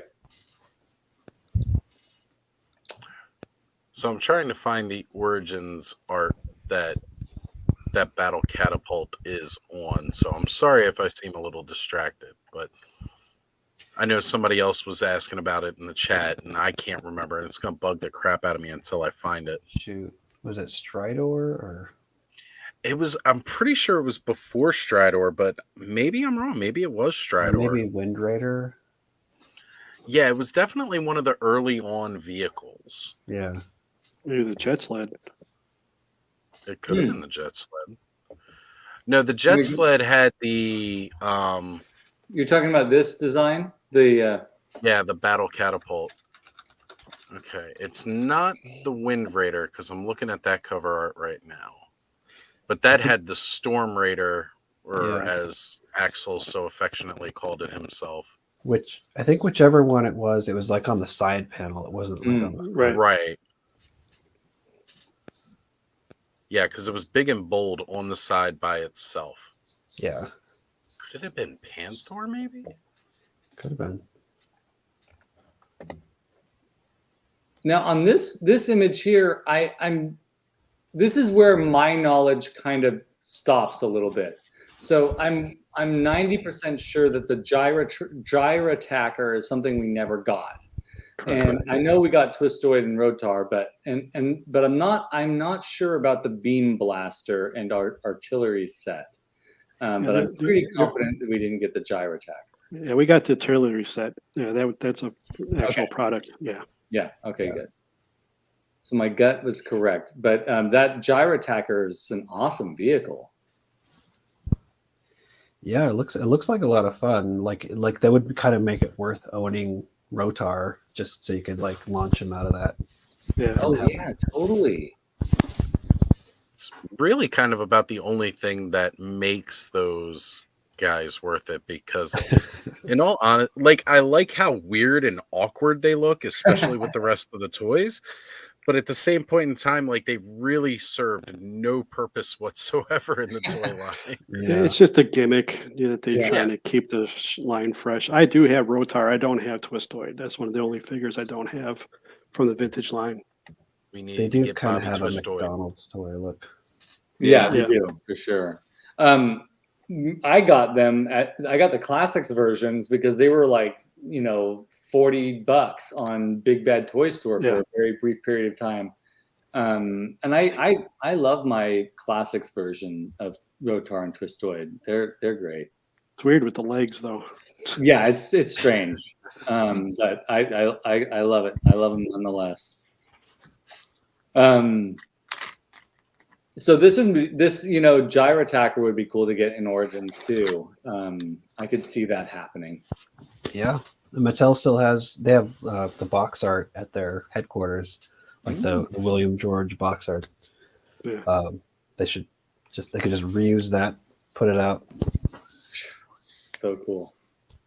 That'd be great. Come on, Mattel. Oz, I threw this in one mainly for you. Because I know you love your dinos, but this is another thing that I wish we could have gotten also. Well, some people have actually been buying the very large Jurassic World, like Brachiosaur and Apatosaurs, and they've actually been doing some custom work in finally making versions of this. But this thing, again, it's just so freaking massive and would have been so cool Yeah. Like, you know, the side compartment was supposed to slide open. Yep. You could stand it up on its hind legs and the chest part would pop out and there'd be like a gun there. And as you see in the mouth, he's eating one of the villains. Like they're supposed to slide down his neck. It was packed full of play features. You could never do that with the Jurassic Park one because the neck is too anatomically correct as far as the width goes. So you can't, it would be great to create a custom of this, but it might be difficult to create that part of the Hebrew. I'm surprised Hebrew hasn't done a 3D printed version of this yet. He's too busy making our Castle Grayskulls what they could be. Yeah. I love how in this image Titus is looking the other way, like, nope, didn't see it. If he ate it, it's like, I'm a hero. I'm supposed to stop that, but you tell this thing not to eat something. Megator's like, did you just see that? Nope, didn't see a thing. Nope. Yeah. This kind of evolved from, I think it started in '84. There was a concept called Turbosaurus by Ed Watts, and then they kept revising it. The original version had a lot more spines. He was smaller. He had sharper teeth. And it went through like a bunch of revisions until it finally became this big giant thing. And it's so big just because they wanted that feature of swallowing a figure. Yeah. So it had to be gigantic. Yeah. It's cool. It's cool. I'm not a fan of the dinosaurs. I never was. It's just odd to me. It's like, the Masters of the Universe line went on long enough to want to involve itself with trends. Yeah. With the Transformers and dinosaurs and, it's just, that's the only reason why it happened. Yeah. I didn't like the meteorbs either. I think they're dumb. Meteorbs were not, they were not part of, I was already out of collecting the figures by then. Oh, so was I. Yeah. Around, and I just didn't click for me. Bobby, is that a dig at Joe Amato? It could be, but no, I know what he likes too. But yeah. Does Amato loves the meteorbs? Mm-hmm. Yeah. Yeah. Yes. I have a hard time getting on board with those. I'm with you a little bit there, Bobby. I don't like reused toys to put in another line. I know like GoBots and all that was done, but that's different though. This how's it different? It's different because it's the full line is that. Oh, if Masters was all meteorbs, we wouldn't be sitting here right now talking. Mm-hmm. Maybe not. Or we talk about something else, Yeah. So Pop Actor, the dinosaurs were long after I lost interest in Motu in the 80s. Yeah. I think if I had seen an image of this in a catalog, I would have been like, what is happening to Masters? And that's kind of freaking amazing. The big dinosaur would have sold me, I think. I would have been really excited about it because it's more of like a playset. It makes more sense. Yeah. Wasn't this like right when they had those Dino Riders as well? Yeah. So I'm sure that's what they were trying to compete with. Yep. They were coming out. They had just kind of started. That's why the T-Rex from Dino Riders, they made sure that it looked different from Masters Universe because they realized they were a much smaller, brand trying to just launch. And Masters Universe was well established, so they were like, we kind of got to stay away from exactly what they're doing, and in my opinion, the dinosaurs from Dino Riders was much more successful. Yeah. That's why Masters wanted to get on the boat. Yeah. Well, because they knew they were dying, so. Yeah. Dinosaurs. I put this last slide in just for me, okay, guys? So please forgive me. But this is something I look at every once in a while, and I'm really sad I missed the boat on this. But these, the reaction prototype Masters figures, the first ones to come out, I've been crushing on these since they first came out, and I don't have He-Man, and I have I have multiple versions of the Skeletor, and I have Merman and Beast, multiple versions of the Beastman, but I don't have these prototype versions. But they're so cool. The colors are great. More power to you on that stuff, and I appreciate that. But man, what a freaking ripoff! I I mean, come on. I mean, prototype bullshit. I mean, they're just. It is. Well, it is bullshit. It is totally bullshit. I mean, really, come on.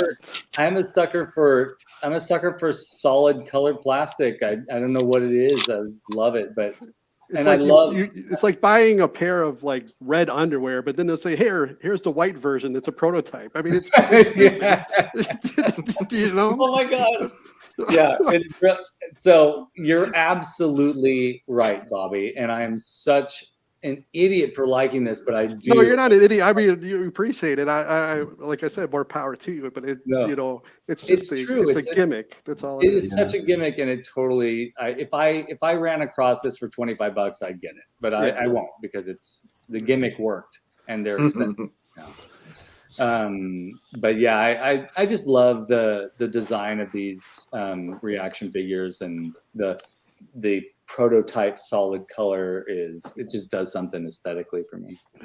Well, this is another what if too, because back in the day, that would have been the standard until Masters came along and gave you the chunky figure, and it's like, would it have made you as excited to have these toys if that huge chunky figure was in your hand? Yeah. Or this, because it really does. It's like, well, if they went a different direction, we would have had a whole different conversation tonight. Well, I honestly, I think that the only reason the reaction figures work for me is because the vintage Masters of the Universe figures exist. Yeah. So the only reason reaction figures work is because they're a novelty. What if? Yeah. But if those figures came out back when Star Wars was hitting the shelves and they looked like that, I think they would have been passed over like that. No one. I think it would have been deeply unsuccessful, and even I probably wouldn't have been that interested. And that's why they mentioned that they said that they wanted to be bigger and badder than Star Wars, so they had to change something. They couldn't just gimmick it, you know. And they copy it. Yeah. And they did the Clash of the Titans, and I mean, basically that was that for those toys. So, and it didn't work. So, the fact that they came up with, okay, we're gonna make them bigger, and Luke Skywalker's gonna get smashed now. Okay, boom, we're good. Yes. I still want to get that Calabas figure though. Yeah, I was just gonna say I still could probably, if I found any of those Clash of the Titans figures. Karen,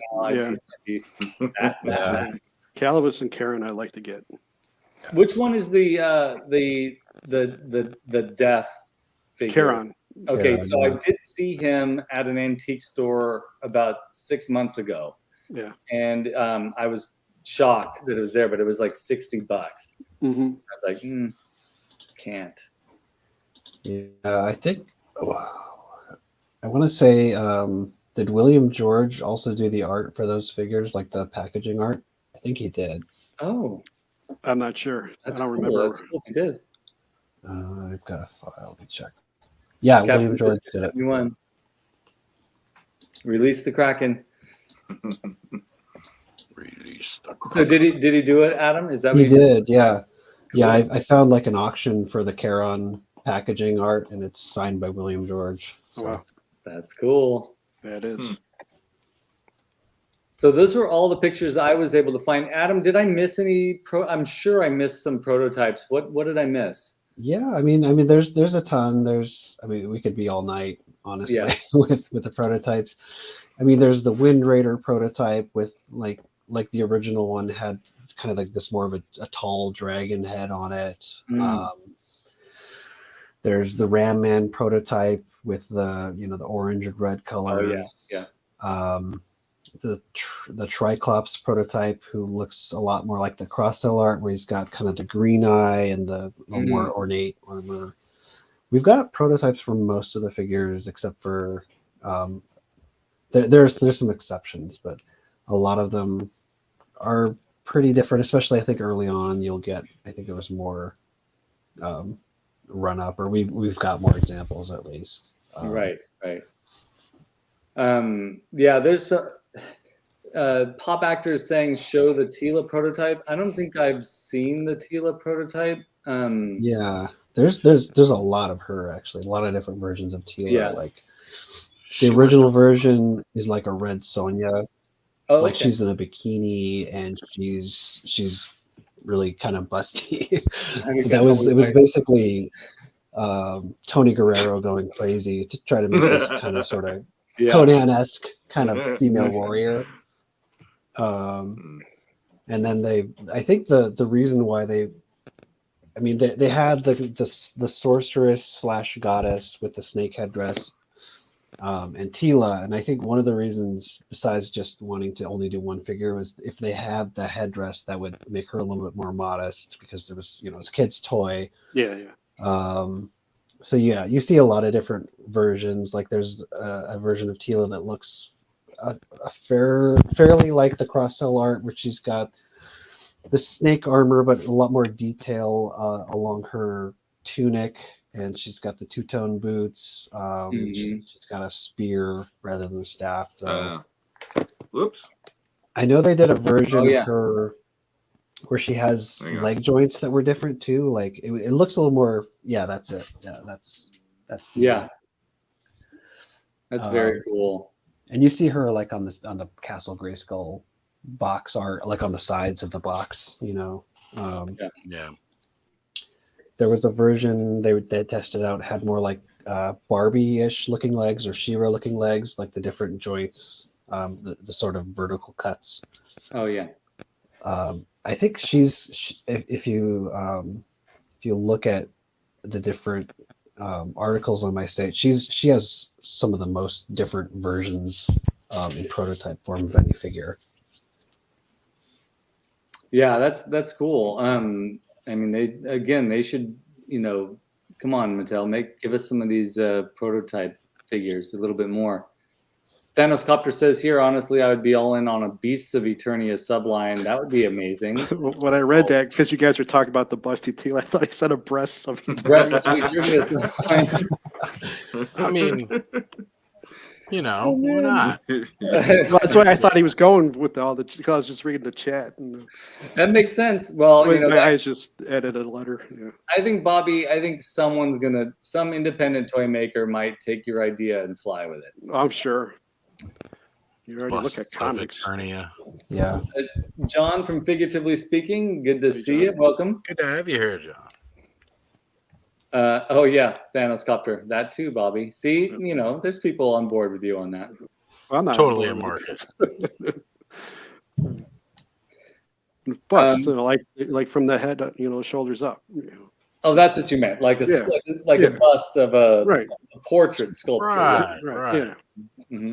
Mm-hmm. That's what we're talking about. Trap jaw wouldn't be awesome. Yeah, It for would sure. be awesome. Is that the So, one you're Oz, what's talking going on about? over there? That's Okay. concept art. Yeah, the Mark Taylor concept art. Oh yeah, gorgeous. Yeah, and you can see like she's got she was supposed to have an overlay, like all the kind of coiled around her bust, and then the sort of leaf pattern over the front between her legs. That was supposed to be a separate piece that would just kind of go over that sort of underlying body shape there. Oh yeah. So, the winner of tonight's Mondo Trapjaw on Jay's channel is 8-Bit. 8-Bit. Yeah, Congratulations. Congratulations, 8-Bit. Woohoo! Awesome. What a prize, too. That's a Oh, cool shit. prize. Adam, are you? What do you think about the Mondo figures? Oh, they're gorgeous. I don't collect them just because it's just I can't afford it, but yeah, they're beautiful. I think they I really like the recent Tila one that they did, or not Tila, the She-Ra one they did. The new Trapjaw is great. I've seen like the mock-ups for Beastman. He looks pretty amazing too. Yeah, we're waiting on pins and needles for the photos of Beastman. Yeah. If it comes close to the design brilliance of the trap jaw, then it's going to be hard for me to resist that beast man. Yeah. But I'm going to resist it. You're gonna Going get it. to resist, but resistance is futile. You're a wiser man than me right now. I'm telling you. What if he Yeah, comes so- like all flocked? Like, Oh man, like if there's fur on that guy, Yeah. dude, I'm gonna be dreaming about it. It's gonna be a big problem. you're gonna have a Um, hard time cleaning it every night. every night. Every night. It's time for your bath now, Beast Man. Come on. As soon as he said that, I'm like, I could see how I could dust that off. And then I was like, get you No, an you every didn't get. night, You didn't, Bobby. I know what you're saying. I'm picturing it like a My Buddy toy. Like you're carrying it around all the time. Come Yes. on, Beast Man, let's do this today. You know, Uh-huh. and then you're braiding his hair at the end of the day. You got a little messy today, Beast Man. Wow, you know. That would be my wife would be like, that's it. Yeah, that's it, Skelly. no muppets in the bed. Yeah. No No more. more. No more. So Go sleep Shawn, in your snake mountain.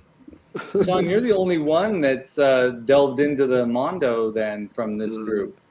Yeah, and I just have the deluxe He-Man for the time being, but Battle Cat will be here and Anti-Eternia He-Man, and I did jump in on Trapjaw. Woo! I've got payment plans for a year for all of that stuff, so I am foobarred.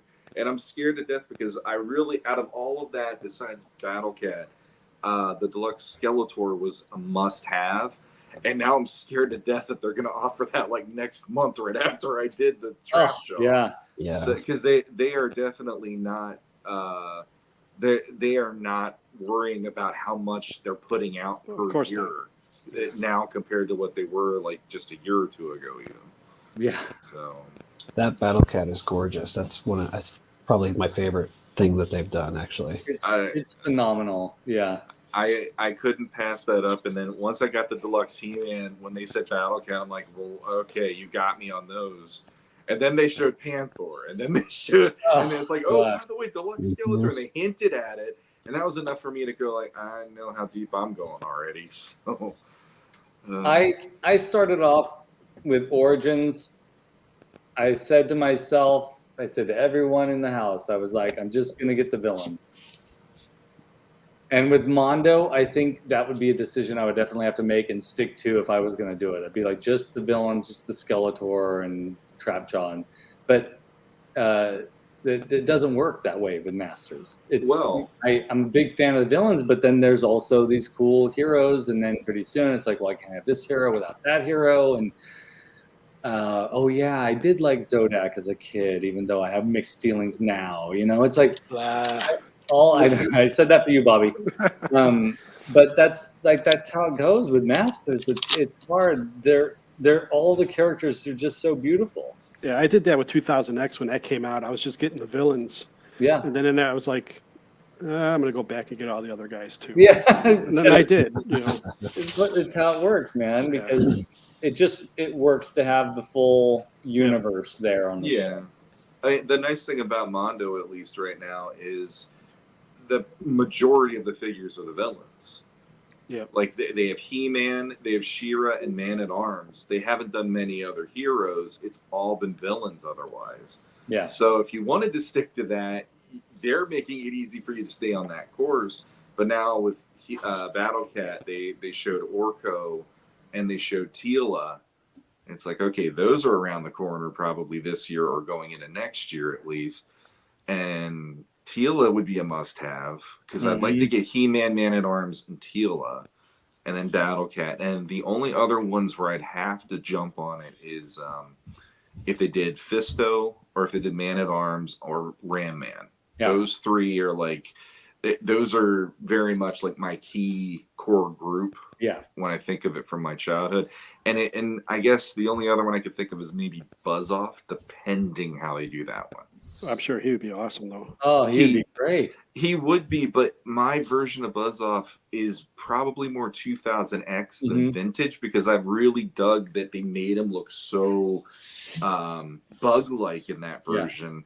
Yeah. And it's like, you know, my mom always had this thing when I was a kid where she goes, why is it like He-Man is a good-looking guy, and then Skeletor looks so evil, and they made him look that way visually. So then if you throw like Buzz Off into the mix, and he looks like a monster, but then he's fighting with He-Man and to protect things, that's kind of cool because of how 2000X did that, you know? He does have a cute little smile. Yes, he does. Because the original being more Bumblebee, he's got this like, "Hey guys, come on, let's go fight Skeletor," you know? Oh, I know. Oh, I cannot stand the Filmation voice of Buzz Off. I can't hang with that. I can't hang with you guys no more. Bobby loves it. I was like, You guys are stabbing me in the heart. Big kid. Sorry, Bobby. Sorry, Bobby. I will say that I love all the other voices. That's just the only voice I have a hard time with. I respect your opinion. Not. Zodak might have been my beginning to realize that ASMR will calm me down, because if he was on an episode, I almost fell asleep. So. Oh yeah. It's such a calm voice. It's like.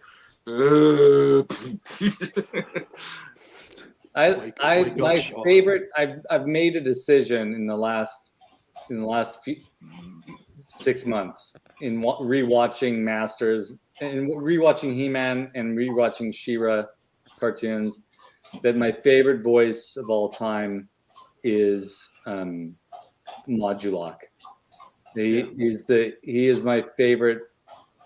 I love the Beastman voice too. I could do a pretty good Beastman, but I love Modulok. He's impossible to imitate, and he's creepy as heck. I mean, that guy, he's a spectacular villain. He didn't get enough screen time, right? In the cartoon, he's amazing. Well, they did give a couple cartoons to him where he was dominant in it. Yes. So yeah. And it's surprising too, because the character is so. The toy version is so sort of thin and lanky and doesn't seem as menacing, but in the cartoon, the times where he shows up and gets a lot of screen time, he's scary. Yeah, I love all the Filmation designs. So yeah, he's great. Yeah. Great stuff. You're collecting all those Filmation Classics versions, right? I have them all. Yeah. Yep. Yeah, those are good. Yeah. Bobby has some that I'm real jealous of, like the Spike. Don't be jealous. The Triclops. It's a good kind of jealousy. I have my the core villains, but I missed the boat on some of those. They're gorgeous. Yeah, I love them. Yeah, that's by far my favorite merman. This one here. Yeah, that is by far my favorite merman. He's amazing. Yeah, he's great. I love him too. Yeah. It's a masterpiece. Yeah, I love the Filmation designs. I just love it. Mm-hmm. I was so excited when they came out and announced these. I was like, yeah, that's awesome. So yeah, good stuff. Evil Lynn. That's also one of my favorite Evil Lynns too. Yeah, me too. Yeah, I've always loved her in the show. She's the best. Yeah, she is. She's one of my favorites. I think she's probably I want to say my second favorite character. Well, I would say, yeah, probably my second favorite character out of all Masters. Yeah. Be Trapjaw, her, and then Man at Arms. Yeah, I get it.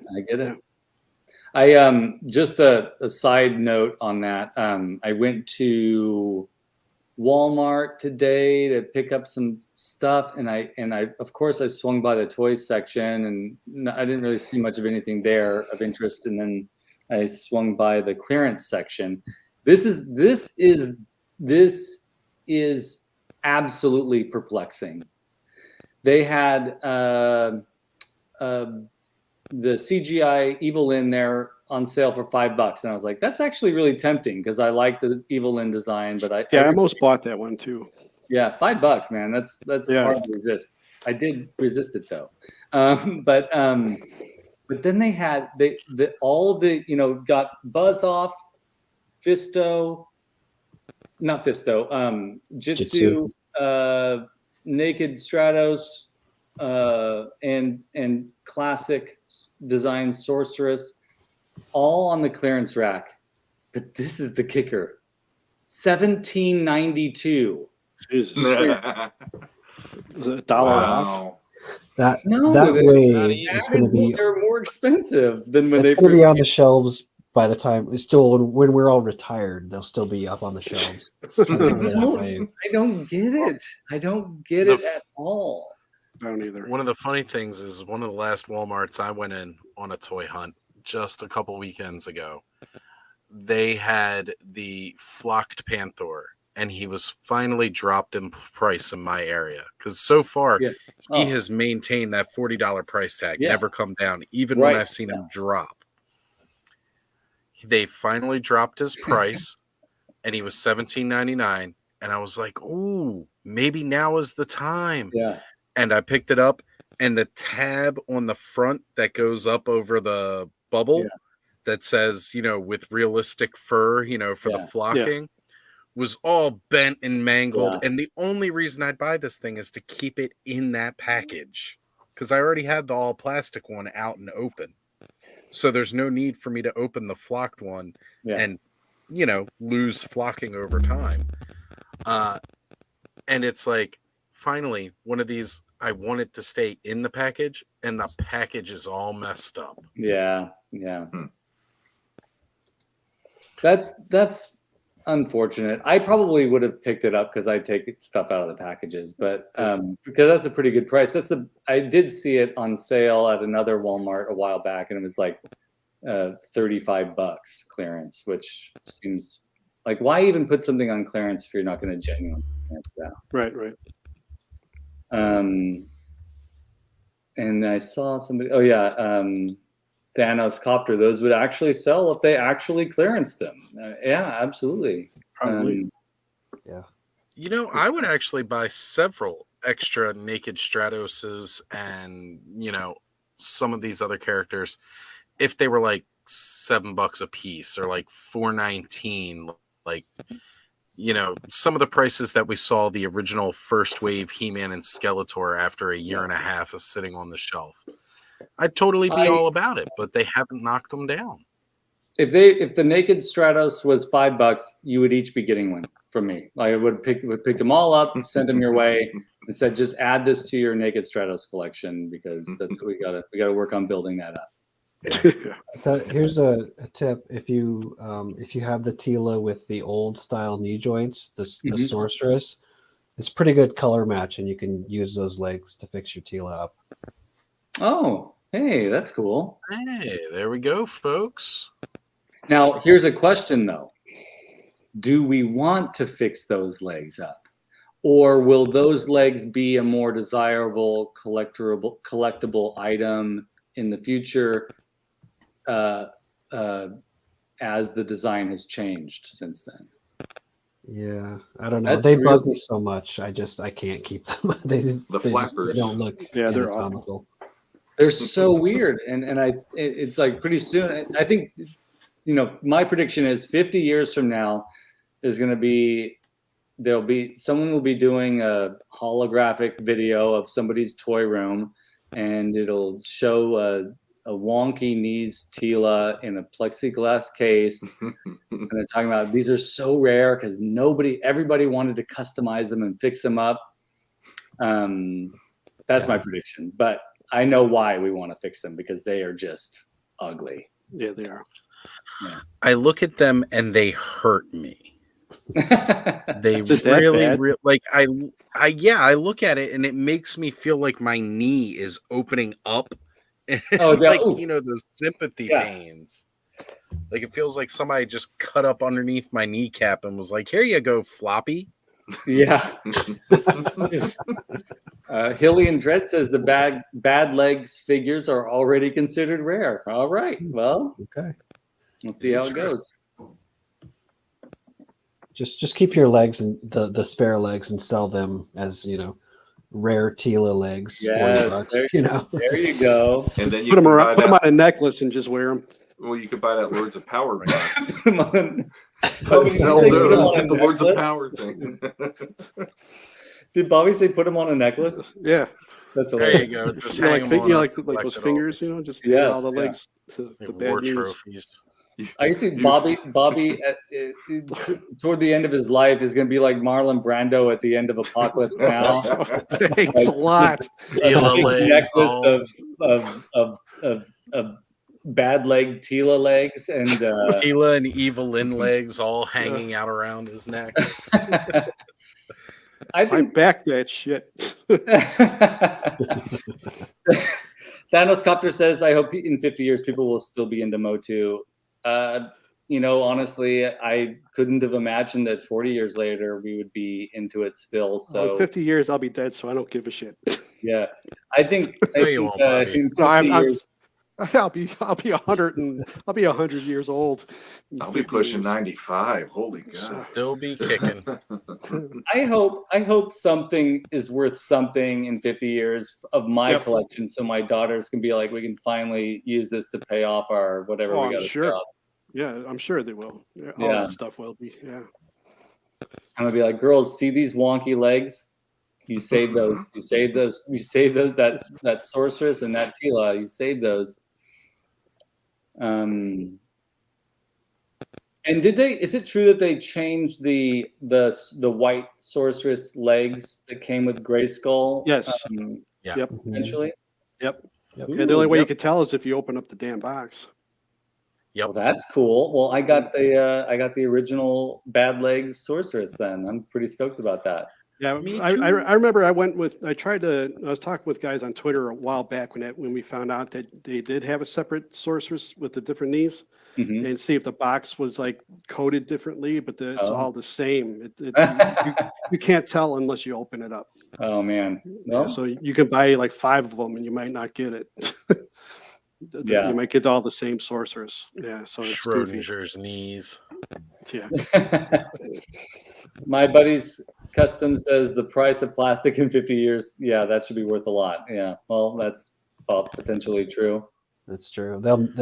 People will buy them just to melt them down to make things that they need. Yeah, right. More resources. So for sure.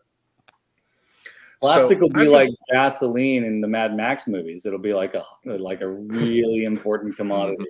Get the plastic. Get the plastic. Where are the toy collectors? Raid Yeah, their right. vaults. That would make a great movie. We should write a movie about a post-apocalyptic world where toy collectors have to hide in caves because the plastic scavengers want to steal their plastic and melt it I down. like it. And then you got the one guy there. Not Not my my collection. precious." Yeah, right. Look, you get Steve Carell to play the 40-year-old virgin again, and he's like one of the leaders of the group. Like, no, Yes. not my collection. And then you have the guy who's like me that's looking around and pointing out things and going, I told you it'd be worth something someday. That's funny. Yeah, finally, Take your 'em all, but old not this Spawn one. toys to be valuable. Yeah. Mhm. Jeez. Garaf says, I wish CGI Tila had those bad legs or any legs that would help her stand. Is it true that some of the CGI female figures have a hard time standing? They probably have small feet, I don't know. they? I'll have to ask Connor because he has, I think, 1 or 2 now Yeah. in his collection. So next time he's down, I'll ask him but I don't think he's actually been posing those figures. Right. I think he pretty much plays with them and then puts them back in his castle. We should, Shawn, is it true that the Dooch has been collecting the CGI figures? I've been collecting them, and he's collected them too. And I have Tila. I don't think she had a problem standing though. Okay. So at least Eldor the just one got we a have. bunch, too. Yeah, So I had yeah. to Those are I'm impressed by how well they do stand and stuff, considering like the skinnier legs and all that. And Right. They're pretty durable figures. Yeah, they're sturdy figures. I have the only one I have is the Skeletor. And oh no, I have the Mosquitara one too. Oh, okay. I wanted Mosquitor to have a friend. I got the Trapjaw one. That's all I got from that show. Yeah. They're all, some of them are pretty good designs. yeah. I did see a Beastman at TJ Maxx like for $8, and I'm kind of sorry I missed out on that. Yeah, I want to He's the get big him. one. I So, definitely want him. Yeah. Bobby, which Trapjaw did you get? Did you get the one that comes with the big wheel motorcycle thing? No, I got the original version, Mm-hmm. the regular version. Yeah. I got that I'm too. sorry. And he had like 2 left legs on mine. Oh, really? No. Yeah. No. Quality control. Yeah. Yeah.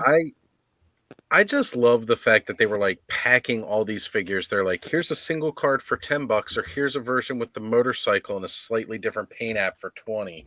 Yeah. You know, Yeah. it was like, that's great. You get a extra vehicle for like $20. And Yeah. Bud always finding the deals for us while we're searching and stuff. Yeah. Thanks, bud. Bud, if you can, try to find the cover art that freaking battle catapult's on, because I've been searching. The only cover art that I have not looked at, so I'm pretty sure it's actually on the Land Shark on one of the side panels, because I can only find like the top down look at the box and then the back art itself. I cannot find a side panel picture, and I've even checked actually Menel's Facebook myself, just looking to see if he posted it. Because one of the first times I actually talked with Axel was somebody was asking questions about these different characters on the box. And I was, before he even had a chance to comment, I had gone on there and I showed the picture of Frogmonger being from the Castle Grayskull. Great. I showed the picture of the Red Fighter, or whatever they call him, from one of the original boxes. And then, of course, again, I showed him the Battle Catapult as well. And it's like, this was an original Mark Taylor kind of concept of it. And then Axel popped on and he was just like, well, I was going to comment what they were, but somebody already beat me to it. And commended me for my wealth of knowledge. That was pretty awesome. Cool. So then I got to talk to him a little bit and tell him how much Connor and I love looking at all the different art that he does for all the boxes and stuff like that. It was nice. That's awesome. Thanoscopter says, you know who has problem standing is the damn CGI Masterverse Skeletor. He seems like he'd be pretty top heavy. I haven't held one of those in my hands because he's so massive. I've seen pictures. So, guys, what else do we want to say about EPIC MOTU prototypes? That we want them? How about that? Yeah, we all want them. Bobby, I want to ask you, I'm going to put you on the spot. Sure. I already know what your answer is going to be, but I want to hear you say it. If you had a chance to own a prototype, one of the prototypes that we saw in the slides, but you had to get rid of all of your vintage Masters of the Universe figures, what would you do? I would keep all my vintage Masters figures. That's what I thought you'd say. Yep. Would we all answer the same way to that? I think I would too. I don't have a lot of them, but because the attachment to the figures I have compared to a prototype that I just finally saw in a photo, like 10 years or whatever. Yeah, it has no meaning to me compared to what I had as a kid or wanted as a kid, or played with, with my friends' toys. So all the toys are always going to be top no matter what. Yeah. Unless it says, this is worth $2 million, then I'd be like, I'll take the prototype. Yeah. It's a little different, right? Yeah, right. The one thing I'm regretting that Pop Actor says I want to moat for my castle. Yeah, that would be. We all do. Yeah. Yeah, we all want that. The one thing I'm regretting that I did not include was the sort of the jungle Snake Mountain. Yeah.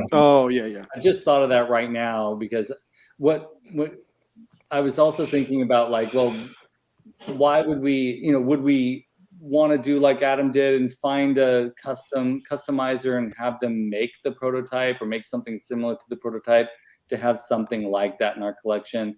Or do we want to get the actual thing? And then I was thinking, why can't we just make these things? Or at least order it from a customizer. I think a lot of people could make that jungle set because a lot of it's just repainting a Snake Mountain. Yeah, it cutting is. a few things out maybe and adding, but I don't think it's as difficult as doing something like the castle back there. Right. Right. It's also like parts of it are part of the back end of Castle Grayskull as well. Oh, Right, yeah. Yeah, it's like an amalgamation of the two. Like the original prototype to that Snake Mountain used elements. And then later they kind of redid the idea for a mock-up of Lady Slither's Palace in Classics as a potential idea.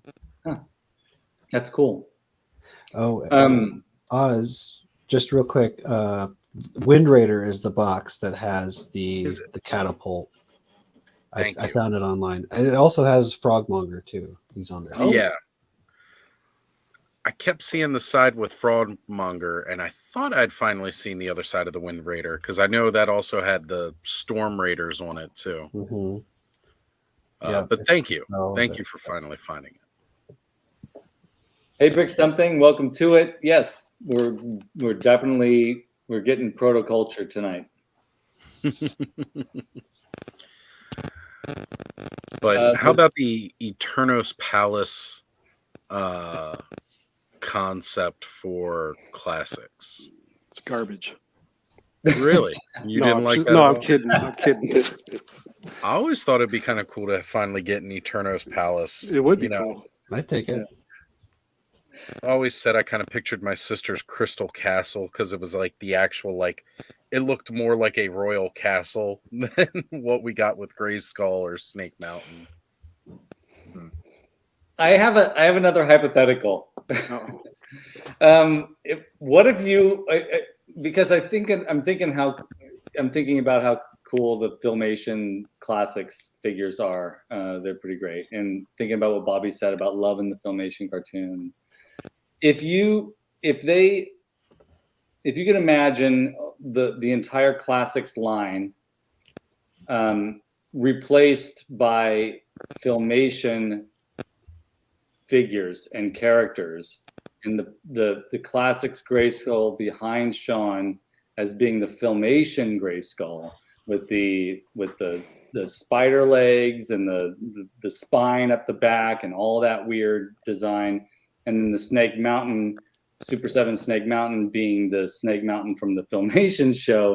Here's another hypothetical, would you trade in all the classics for an entire line of Filmation figures and Filmation playsets? In a heartbeat. I was going to say, I definitely know Bobby's answer to that one. Yeah. Yep. That would be phenomenal if they did that. I would love that. Because I'm just going to throw this in there too, because the vintage figures would still exist. Right. That's what I mean. Right. Yeah. So yeah, if you can have a whole, like every single character or whatever and it was in Yeah. Filmation, like as in these type of classics, Yeah. I would love it. I would be broke. I got to agree with you, Bobby, because we would still have the vintage figures. Yeah, I would completely be behind that. I would love that. I want to know what Shawn has to say though. I'm looking at the gears moving in Shawn's head. No, my knee-jerk reaction is absolutely not, because Filmation for me was secondary as a kid. Yeah. The toys were always, Yes. first and foremost, that was the version of that figure and character. And Filmation to me always felt like it was very watered down because they had to make the animation, they had to take away the details to make the animation work, every day and all that stuff. And so as a kid, I was always like, I want the squares on He-Man's harness. Mhm. Where the hell are the squares? Where's this axe? Where's his shield? That kind of stuff bugged me. So with Classics, it was like, okay, we're going to give you those figures that you loved when you were a kid, and we're going to make them look almost like they're freaking statues now, but they are articulated. You can do that. And I mean, for me, I guess the closest that I'd say is the Grayskull. Sure, because having a top to it with that spine, even though that's the Filmation version, would be really freaking awesome on the shelf. I won't lie. That would be really cool. And Snake Mountain being that way, that was always Snake Mountain to me, because there wasn't a good Snake Mountain when we were kids, in my opinion. I always liked that version more than the toy version. But Yeah, there is no way. Like the Filmations ones, I actually don't own even. With classics, I want to just give me the ones that represented the figures that I loved from the core figures when I was a kid. I ate that up like crazy for classics. So that's what I'm invested in, and the details. And give me those details, yes, please. Yeah. Because the Filmation figures, unfortunately, that's part of why I don't like them. The details aren't there, and the aesthetic feels less to me than a traditional classics figure. Yeah, I can see that. And too. now I'm getting kicked out of all the Masters groups. Not a, Very nice. not I was going to say, you got to put me on the other side of the screen. I don't want to be by Shawn. not at all. We've drawn our Thank line. you. Bobby, I feel more comfortable. Let's just switch to. Because I love my trap jaw. Yeah. There's nothing wrong with that. I completely understand. But I mean, the trap jaw, when you open his mouth in classics before that one, his mouth is fucked. Yeah, And when I okay. first saw that, I was like, this is a toy? That's freaking insane. Yeah. How come? Yeah. What? I don't. And didn't- he's like I have that to- with Mondo too. Yeah. Mondo I kept that know. tradition now. I know. I don't know how I feel about the gory mouth on the inside. I don't like it that much. Yeah. Yeah. So I wanted to get to a couple of questions here that I think are more apt for Adam. So Alpha Inflict was asking about, what about that treehouse prototype? That one was cool with its zip line. Yeah. I mean, the only thing I know that's a Ted Mayer design. So Ted, who did Battle Ram and Eternia playset and some of the others, he did a lot of concepts that were just never made. It looks really fun. I'd love to see something like that. I think that'd be really fun, just as a toy. I could see just playing with that all day. But that's really all I know. Especially if they did, like, again, some kind of mountain type play set with, Stratos and stuff. Again, you're putting them up high and they're going to sit higher than like your castle on the ground. I just think that'd be fun to have. Yeah. Now, Pop Actor asked this a little bit earlier in the episode, and I want to bring it up again here. He was asking, why was the torture rack removed? Well, because it's a torture rack. That's what I was going to say. It's like the Addams family. Yeah. Yeah, and I look at, if you look really closely at all that stuff inside the prototype castle, most of it's different from what's in the castle. I wonder if that wasn't also some kind of kit bash. Maybe it was some kind of bed that they made into a torture rack. But probably, I'm guessing when they actually went, okay, this is the playset to sell on the shelves, then they started from scratch on the interior, the little accessories. Some of it was just made cheaper, like the battle tester, like that was just made easier to manufacture. Right. But a lot of it was just totally revamped. So, and I think probably torture rack, like that's maybe a little intense for kids. Or like, let's make this thing look awesome, and then we're gonna tone it down when we finally bring it out. Which is always the case. I can see the torture rack being released as part of the classics Grayskull, as a nod to the original design. Yeah. Something that's, again, sold to an adult collector that we would appreciate, but we don't necessarily want to teach our kids, hey, you can torture people on this. This is like waterboarding. Yeah. Okay, I gotta pull something out of my castle again. This is like my favorite little object. See if I can grab it without knocking something over. Ultimate flexes. This is not like a prototype thing. This is just something Alfredo Alcala just made for the comic. Oh yeah. Remember this, like Skeletor looking at this monitor? Yeah. Yep. Yeah. I freaking love this. This is like my I've never favorite. seen that one before. Yeah. That's great. Awesome. And it looks very Star Trek-y, just like some of the primitive, buttons. Buttons and dials, because that's where technology went. That's right. Adam's got all the cool stuff. Yep. He does. Yeah. I love this thing. Yeah. Oh my gosh. Thank you. I'm glad you brought that up. Why did they remove the waterboarding action feature? They didn't. It's just that's what we got with Snout Spout. Snout Spout is a reimagining of the waterboarding feature. Yeah. 24 24 featuring Snout Spout. Yeah. Giraffe saying, Iron Maiden, Snake Mountain, or We Were I. Well, guys, we're almost at the 2.5 hour mark. Any final thoughts before we close up shop? It's been great having Adam on. It's been nice to Yeah. talk to him again. Yeah, it's sure. great to be on. This I love this topic.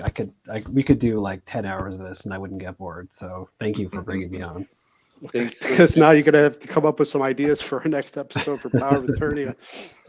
There you go. No, we we gotta- still go with the flow. We had a plan. We can Yeah. continue the plan. Skeletor Yes. variants, right? Oh, we're gonna do the second one on that already? Finally. I Okay, think so. sure. Might as well keep going with it. All right. Adam, I know everyone in the chat probably already knows you, but where can people find you? So I mean all my content's on battleroundblog.com, but I'm on Twitter the most, so at battleroundblog. But I'm also on Facebook. I have a page, it's also battleroundblog. And I'm on Instagram, again, same name, at battleroundblog. Instagram's mostly just for, hey, here's a toy I got, and then the others are a little bit more like history or concept images or little interesting tidbits. Yeah, he has good Twitter stuff. Awesome.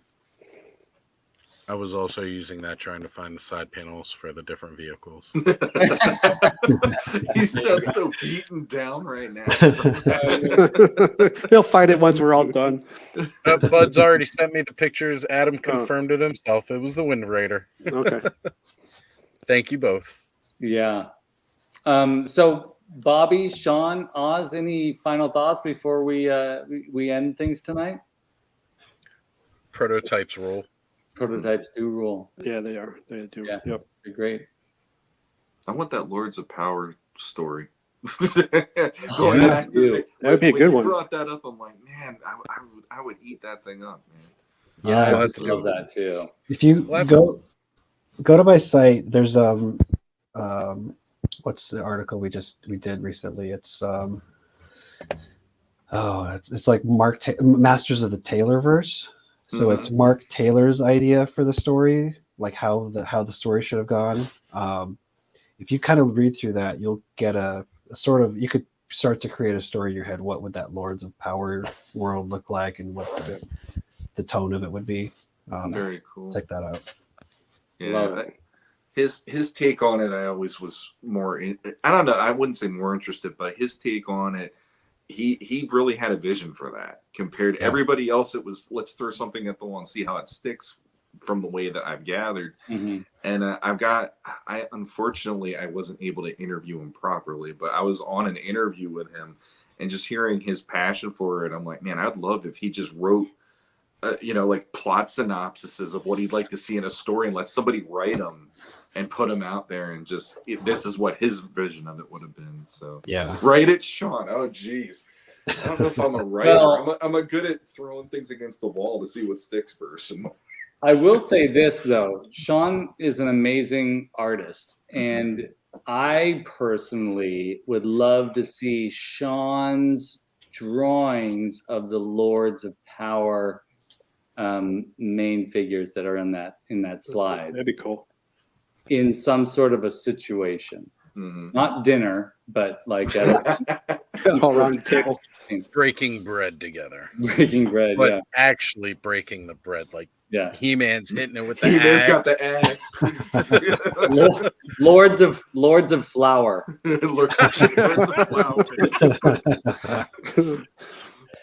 Oh, man. Oz, Bobby?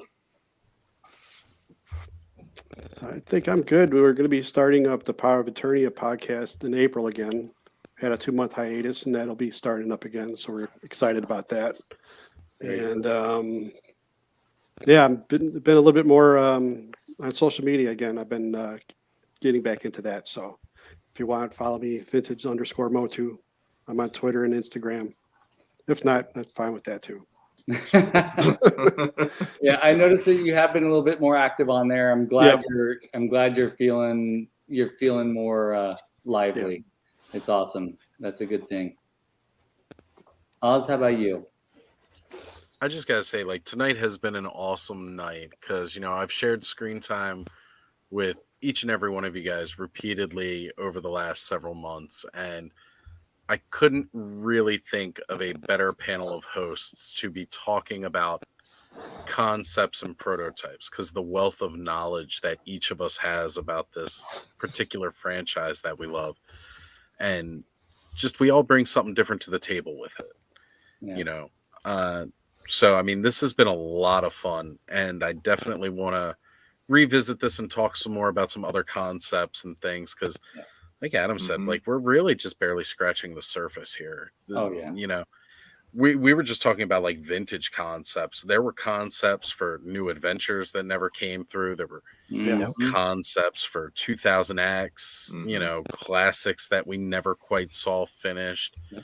And I'm sure there are concepts on the table for Origins and Masterverse that we have either yet to see or may never see. Yeah, for sure. Because it's going to end in April. Yeah. Well, yeah, it's already done. It's just got to get there. Tear ass. Yeah, I'm with you, Oz. I can see. I think the five of us should get together again and talk about maybe even talk about, just focus the show on new adventures prototypes, because that's a little bit out of my jurisdiction, and it'd be really cool to talk about some of that stuff. Yeah, they got some crazy designs. Yeah. I know Adam loves that stuff, that new adventures prototype stuff. Yeah. You fall into that. Like, I didn't like it when I was a kid. It was like, what is this? Where does this come from? But just like as an adult, like looking at it more closely, it just started to really fascinate me. Yeah. I mean, those villains are spectacular designs. Yeah, they are. Yeah. And I'm the same way as you, Adam. I was just like, what is this? I have to say, I finally saw him in the store, the new Eternia, and the new Adventures He-Man Masterverse figure. I'm not sold on it. I really, face sculpt does something to me. I'm not keen on it, but I don't like. I love it. I love everything else about him, though. Just that face sculpt is like, it's like I can't really get on board. Just look at him from behind. All you need to see is the back of his head. What? That is. I'll keep that in mind when he's on clearance. Yeah, just put him on yourself backwards. That's standing at a kind of like a provocative way. God, it's even worse. I'm looking for nightmares right there. Well, I want to say, an ugly ponytail there, boy. I want to say, first of all, like, it is so great to be on here with all of you every Thursday. But Adam, it's really spectacular to have you on here tonight to talk about this. And Shawn, I'm glad you could rejoin us again this week for this discussion. Yeah, same here. I'm happy to be here. Yeah, that's not bad. That's not bad. Yeah, 40th anniversary, more not quite that classic head, but that secondary. Not bad. It looks all right. I gotta say the usual thing, do the usual YouTube stuff. Click like and subscribe if you haven't already. I'm getting close to 1,000 folks on this channel, which is really like mind blowing to me. It's awesome. Couldn't even fathom getting 1,000 subscribers when I first started this, back when I was afraid to put my face on the screen, but it's become such a joy. And you all, everybody in the chat, thank you so much. Everybody that's a Patreon for this channel, and you guys, you just make it worth it. This is awesome. I'll be all right. Yeah, you're working on me, Oz. I'm getting it. He is so trying. It's killing me. Maybe the 40th anniversary face, the one that looks more like the vintage figure, maybe that one would work. Yeah, but then that's not New Adventures, though. Oh, I know. The the Origins New Adventures head sculpt is great. Like that came in that box set. That's a great head sculpt. There you go, and you got it. That's what we do. All right. Everybody, thank you so much for being here. You're all amazing dudes, and I'm very fortunate to be able to talk to you all. I'm glad that we do this show on my channel for selfish reasons, obviously, because I feel like it's a very special thing that I get to share in my own way. But It's the control. I just love that Oz talked me into doing this. Going back to the beginning of the Toy Frenzy, he talked me into doing this, and I just love the way this is growing.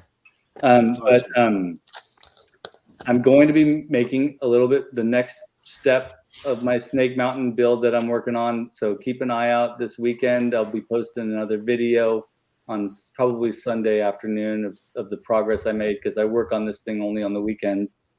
But I'm really excited that it's coming along, and I really love that you all watch that. And then I'll do another Weekly Weirdo on Sunday, I think.